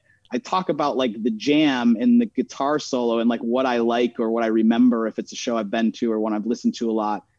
And it's, it's that kind of an experience that when I've gone back and watched, I'm that's very different from your usual typical workout video that you'd watch. it makes it a little more casual to maybe watch if you're just somebody who's like, why would I want to watch a guy dance around? It's kind of weird. And it's like, yeah, but it might get you up and do it with me, because I'm like, hey, this is really easy. Just stand up and do this, and we're just going to chat about the show, and maybe that brings up some memories or something. So that approach is very casual. And I if anybody's listening right now and they haven't checked it out and don't know what it's like, I don't know, you might enjoy it. I think like it's just like talking to a buddy about a show that you've been to. Mm-hmm. It's not like a routine where you're like, but there's enough of that. If somebody's like, hey, there's nothing, like there's enough of that. It's like you forget that you're like working out or exercising, because you're just like, we're just boogieing together, hanging out. Sure. I'll say, oh, Jerry's moving up on the neck. This is getting a little intense. Let's put our hands up. You know what I mean? It's like real simple things that I'm doing, or they're getting funky. So let's get low and move our hips. You know what I mean? Those are I have some go-to little simple things that are like, they actually work. Like you will work out a separate part of your body at separate parts of songs. But hopefully I'm kind of just luring people in with the, just the banter about jam music, which, people watch videos where they just listen to songs. I go on YouTube and it's like, I'm going to, jam breakdown videos. I don't know if you ever watched any of these. Oh, yeah. Yes. Dissect the jams and stuff. I'm like, so I'm giving a little of that sort of content, and, maybe that's something. But I don't know. I'm no pro music. I don't know the music side of it that much. Well, but I think it's just a casual conversation that you'd have. And that's what's awesome. What you're doing is you're just a real person. You're a fan like us of this stuff and everything. Aaron said this morning, which now talking to you, you see it even more. He said, can you picture like when we start going back to shows, we could see like almost like a flash mob thing breaking out of people, and then this leads to a question that I want to know too.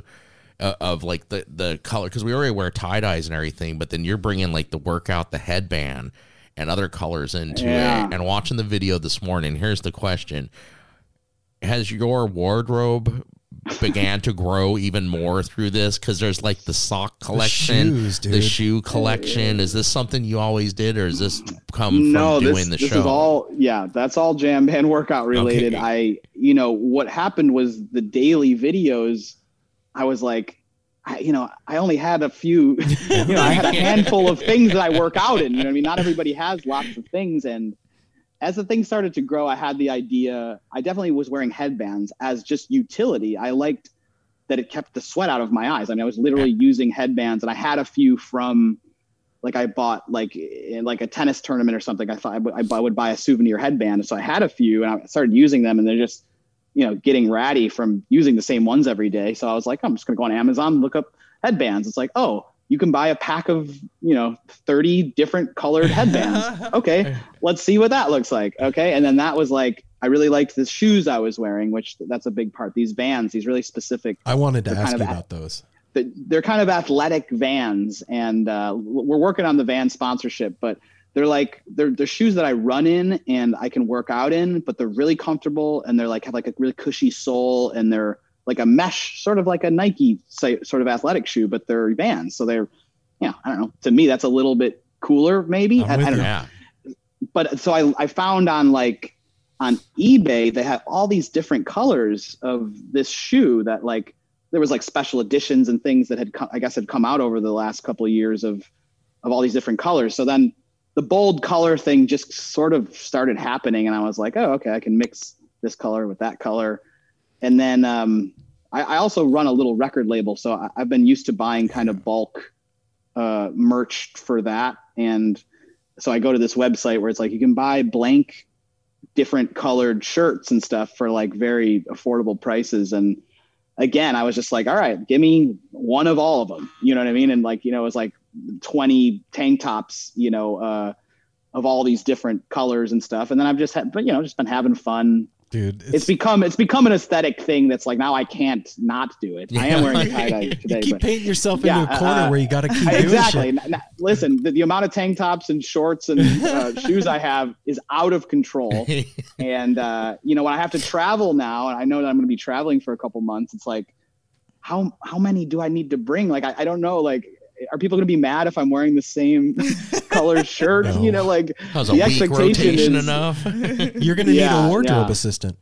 Yeah, no, seriously, it's insane. I have to make notes and stuff like, oh no, I danced in bright orange yesterday. I have to, like, can't do that. Like, yeah, the moment to moment daily problems I have about wardrobe are real, fucking awesome, and obnoxious. And but it's fun. I mean, I'm hoping we haven't come out with our merch yet, but we have merch in the works, and the headband is probably the first thing I would like to get out. I'm buying one immediately. Yeah.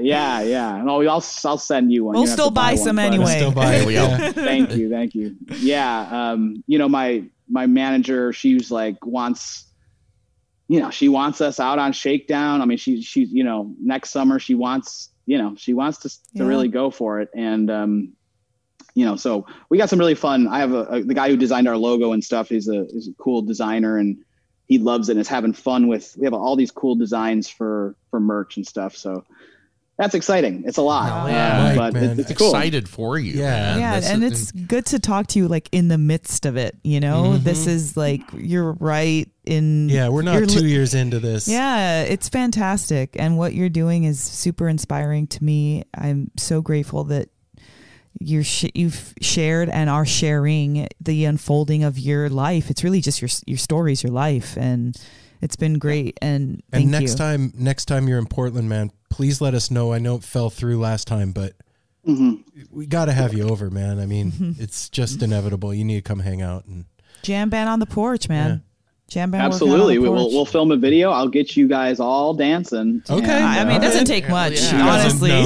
Now that like things are starting to open up again, I'm very excited to actually, have another person around here or there. It's a very I know what you mean. lonely world here in Jamband workout sometimes. The camera a lot of the time, but I would love to come by and hang, and I love Portland, and I just appreciate you guys reaching out, and it's been really awesome. You guys are the best. Super fun, man. And not for nothing, but you said some stuff about the way that our society is set up as far as food is concerned, and I really, really appreciate what you said. That kind of stuff needs to be reiterated more often than not, especially right now. So thanks for that too, man. I appreciate that.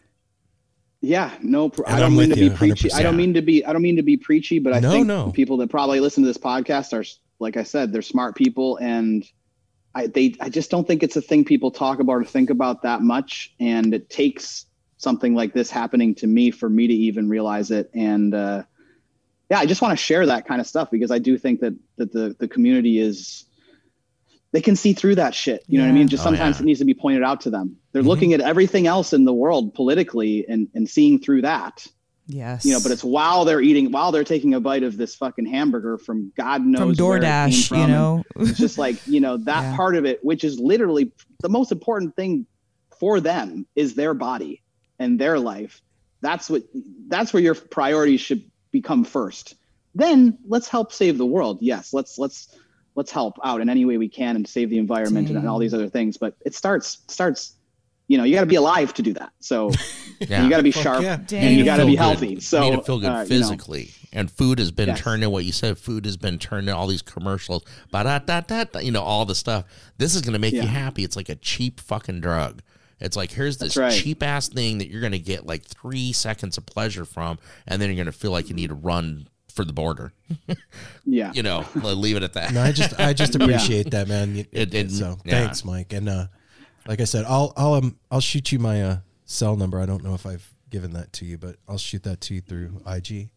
And also, thanks for being a leader in this scene, because you definitely are. And you don't even need to do anything else. Just continue finishing your merch projects. Continue doing all your stuff. You're just doing your normal thing. You're a leader, and thanks for being a good leader. Yeah, we need it. Well, you guys too. Thanks for providing content and doing your thing, and thanks for having me on. This has been great. You're welcome, man. Have a great day, brother. We'll talk soon. Okay. Thanks, Mike. Yeah. Later, man. Take care, guys. That was fucking rad. That was super fucking dope.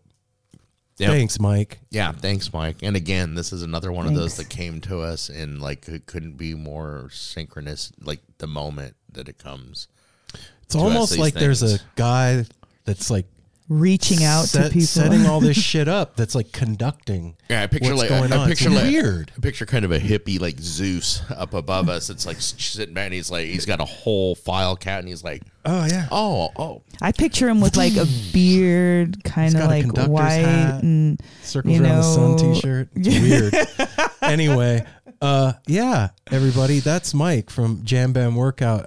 If you thought that was just a silly, fun thing, It was. It was Until it wasn't. Until it's not. Yeah. And it continues to stay silly and fun even Yes. when it's become serious. I love that. Because, and the thing I admire the most that he said, he started day one with the most uncomfortable fucking thing that everybody's excuse is for not working out. I don't want people to be looking at me. He jumped right into the deep end by like, you know what? Fucking, I'm putting on a band and I'm going to dance fucking I'm going to funny. dance in my big jammies. I'm not in the best shape. I'm in my jammies. Fucking everybody's watching me. He just fucking went for it. And I think that's balls one out. thing that made it what it is. Seeing you during that conversation was priceless. Why? Just priceless. It was beautiful. Why?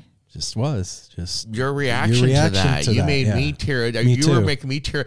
Before it was even an address to why he asked you why you're crying, I saw and I felt the relief like coming from you. Like you're like the fish moment of like, yeah. That's Mel's fish moment. Yeah. Where were you with the camera, dude? Slacking. I don't have a camera. I don't Or a even. flashlight. We have a saying in this family. I was wowed. From this. I don't even remember what it's from now. It was like I have no idea where it came from. I just know it's a thing. Yeah, I think it was like this video that Sid saw, and it's this woman saying, I was wowed, but it was the way she said it. And there's really no words to describe what Mike was able to articulate and the timing of his presence on the show and the way that he came to us in the exact moment that he came to us. We could have scheduled this interview any time in the past year. Well, and we were supposed to have him on the show in person a few months back. Ago, yeah. And so to have it scheduled, you guys, it's crazy and uncanny what you're witnessing when you listen to the No Simple Road show, because it's not No Simple Road show. Well, I mean, No Simple Road life. This is like our. No, I was just thinking like Antiques Roadshow. Oh yeah, I'm really emotional. I'm just having a hard time articulating what it means to me to have everything that's been revealed during this show today. I don't even know what to say, guys. Well, it's like a proud mom. Say thanks, Thank you. Mike. Thank you, and so much gratitude for you killing it and fucking making it silly and fun. That's how it's our favorite but shit. that's how it's like so directed at me. Like I feel like that's really this is how it shows up in the most silly and outrageous and quirky, funny kind of a way. It's beautiful. It's a really beautiful thing. My favorite. My new favorite.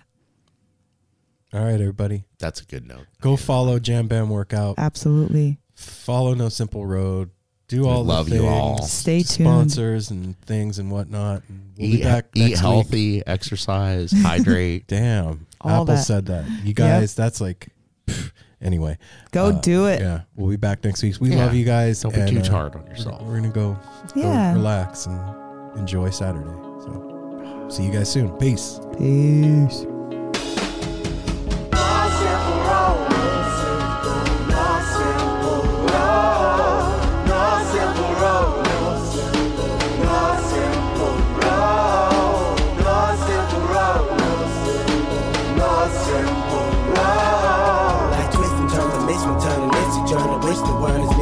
But it's a burden. Family needs has been deferred, and hella means been the earth, and alchemy can bring the birth, the melody of a newborn.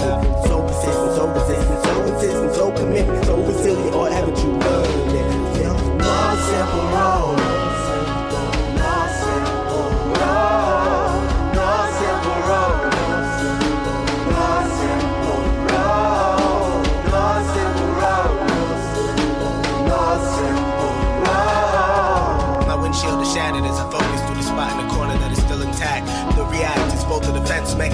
well as a fear. We've traveled this road before, so we may think, but it's a tad bit of strange similarities that feed an A equal A complex. The fears of your past do not equal the perplexities of the current road.